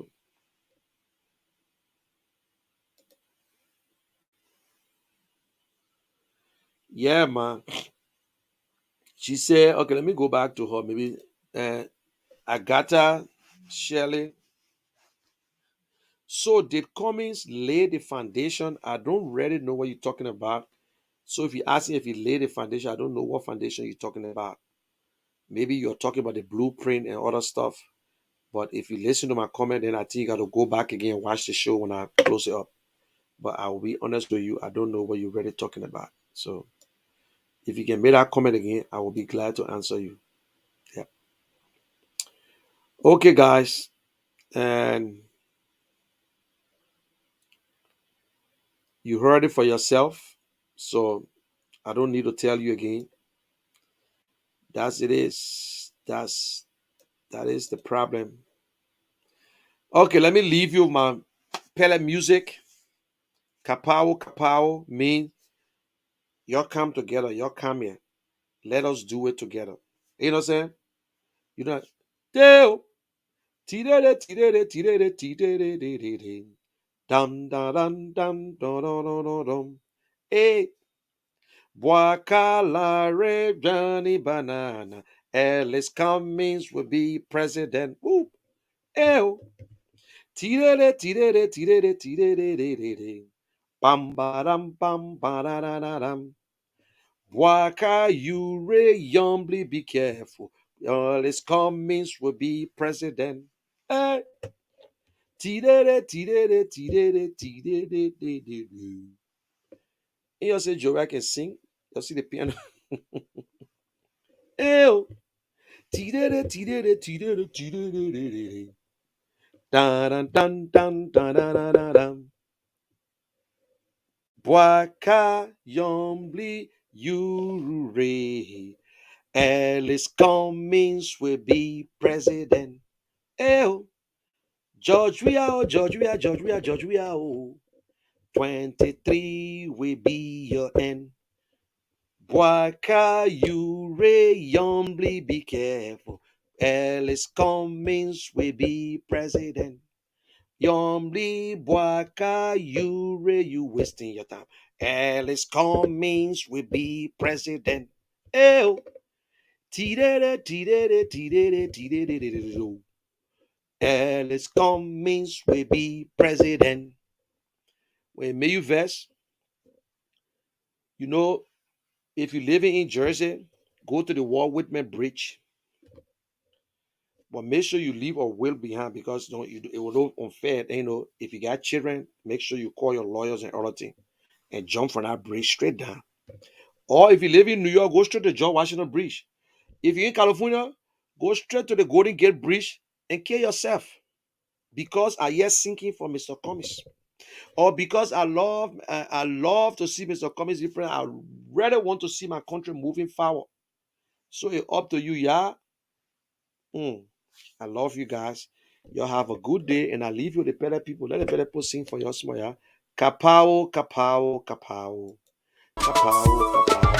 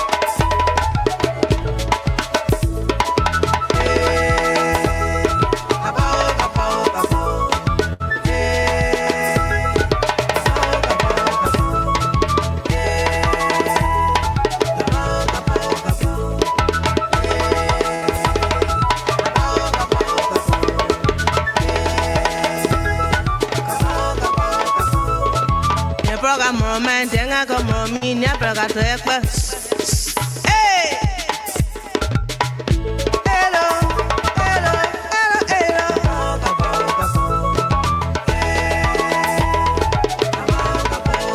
Jopla ya limie, ye pa kukwebo. Jopla ya limie, ye pa kukwebo.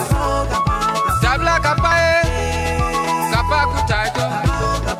Tabla kapae, kapa kutaito. Hello, hello, hello, hello, hello, hello, hello.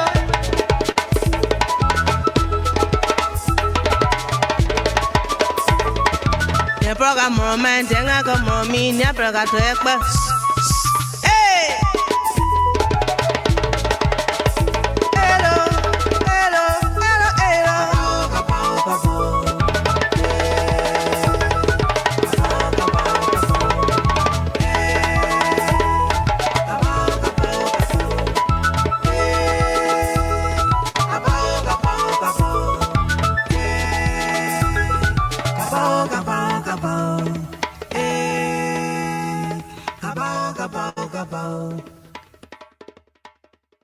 Hey, whoop. Yep. Sorry. Bye. I ain't got nothing to say again. I gotta keep the other one there for tomorrow. So share the video. Give it to your friend. You see the selfie between me? You see? I get to the selfie. Yeah. Selfie. Cummings. What's up, buddy?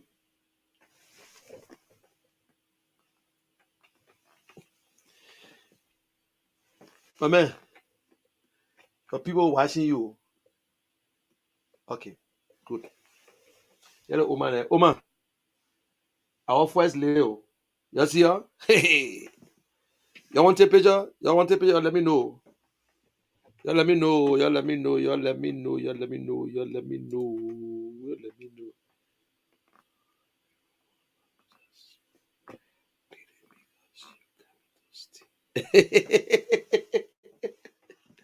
Imaya Reeves.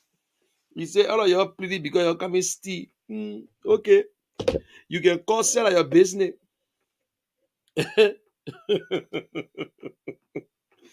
You make up your mind, Imaya.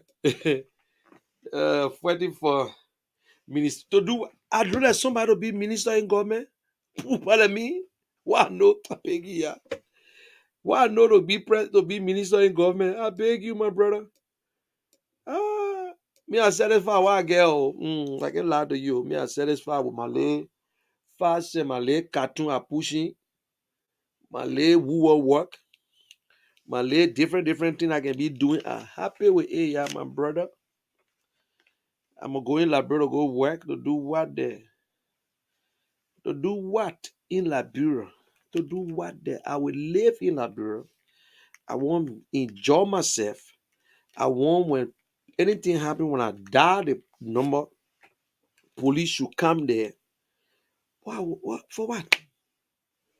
It will be stupid to say we're talking because we want job. No, my brother. No. Not that. But I want you to make up your mind, Emmanuel Reeves. If you think, it's like they got some people who say it almost like you say because you are involved in an accident or nasty accident. So when the ambulance come, you're not get inside because you're involved in an accident. My man, not because the other people can steal. Not because our former politicians then mess up.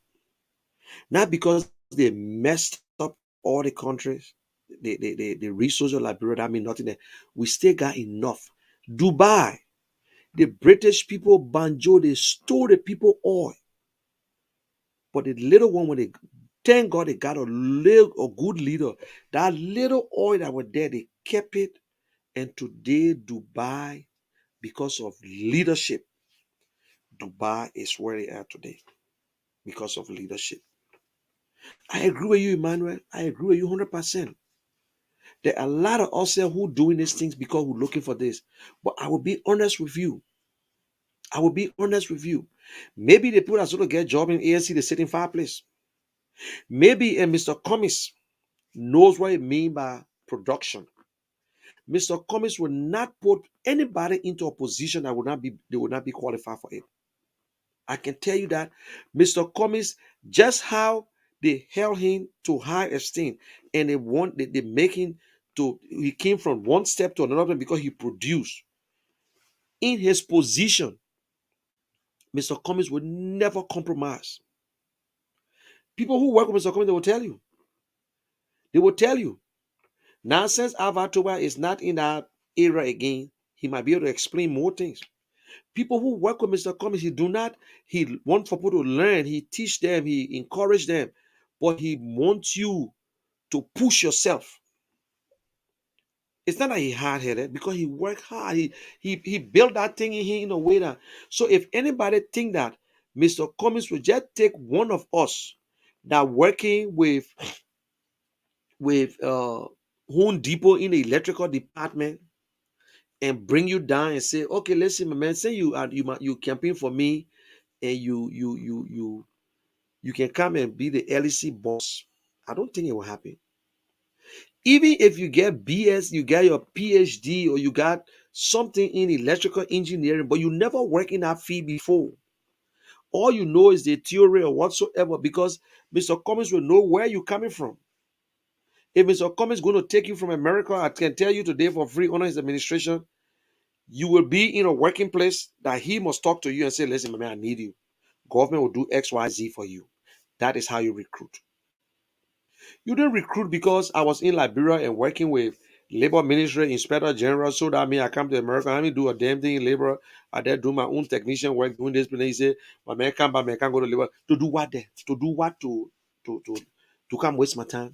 They got other people that will do it. They got people in Liberia who will do that job. Oh, my man used to be Inspector General, because let me tell you something. Every position based on you, how you think you make it powerful. You can be a sweeper in a ministry and make people scared. But Ab Kishan will not go to labor ministry and go be Inspector General. To do what? To even work there again. You serve, you serve. If I would do anything, maybe I'll be elected somewhere. I don't know. But I'm not thinking about it. Or maybe somebody says, man, I need an advice from you. I need this other thing from you. But other people in Liberia that need that job. You think?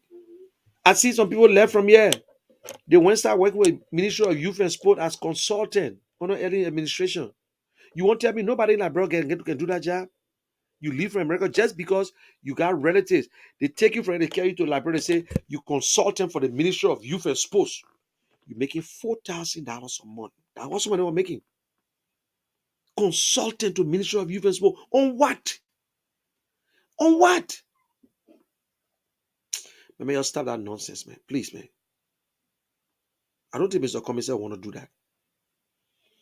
If Mr. Cummings want to hire you, he will take you to be what? Maybe an advisor. Then you already know something too now.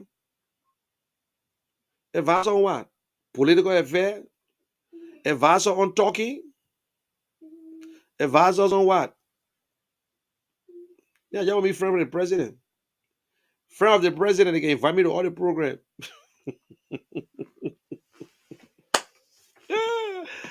Ooh. I'm already a friend of the president of the Republic of Liberia. Already a friend.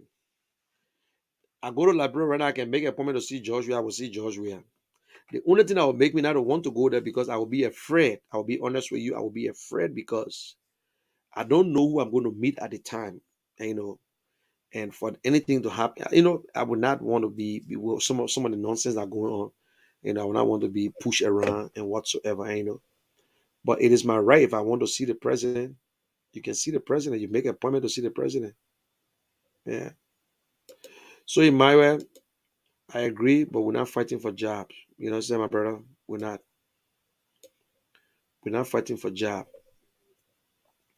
But don't get me wrong now. I qualify to work now. If I want to work in Liberia, I do my own business. Yeah. I do fiber optic. I do cable, networking. A lot of things I do. Lot of certificate, lot of other things that I can do. I can teach people to do. I do video production, I do editing and everything. So, you got to push yourself, man. I am not the office guy. Yeah. I am not the office type. So don't worry. Don't worry, we're not doing it for jobs. So you can still get your job too. Don't worry. You can still go to Liberia and apply for anything. If you're an engineer, you can work with the and public work department as an engineer, you can apply. It is your right to work. That one, every librarian has a right to work. Sometimes the engineer make more money than the minister. Yeah. But what people don't understand, all the ministers are all administrative position. So you don't even have to be an engineer to be minister of public works. You don't have to. You can be an administrator. You can get your degree in administration, and that's it. So guys, have a good day. God bless you, and I pray for you. Keep safe. Take time how you're driving. If you're driving today, the life you save may be your own or someone else that you love. And do unto others as you have them do unto you. If Liberia was changed, it starts from us. So always look at yourself in the mirror. Talk to yourself. What I'm doing wrong, or what will I do right tomorrow? Yeah. And please, if you're going to bed, don't just pray for yourself. Pray for your neighbors. Because if you only pray for yourself and only pray for your financial breakthrough and you only want for God to bless you, He might not bless you. Because that means your prayers are only about yourself. Don't be too selfish. Yeah. Yeah. Yep. Okay. Prezzo, I'm leaving you. Oman, you take it easy, yeah? God will be with you. Librarian will vote for you. Emmanuel Reeves, have a good day. And don't think that we looking for ministerial position, please. Don't do that. But you got a right to say that anyway. Bye.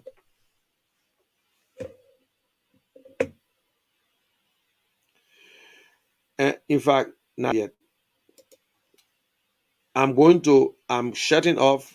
But when I come back, don't worry, you don't need to come back on because I just want to relay something. When I relay, the people will think I'm on, but I'm not on. I just want to get this clip here by itself, and then send it. I want to send it to somebody. Okay. Bye.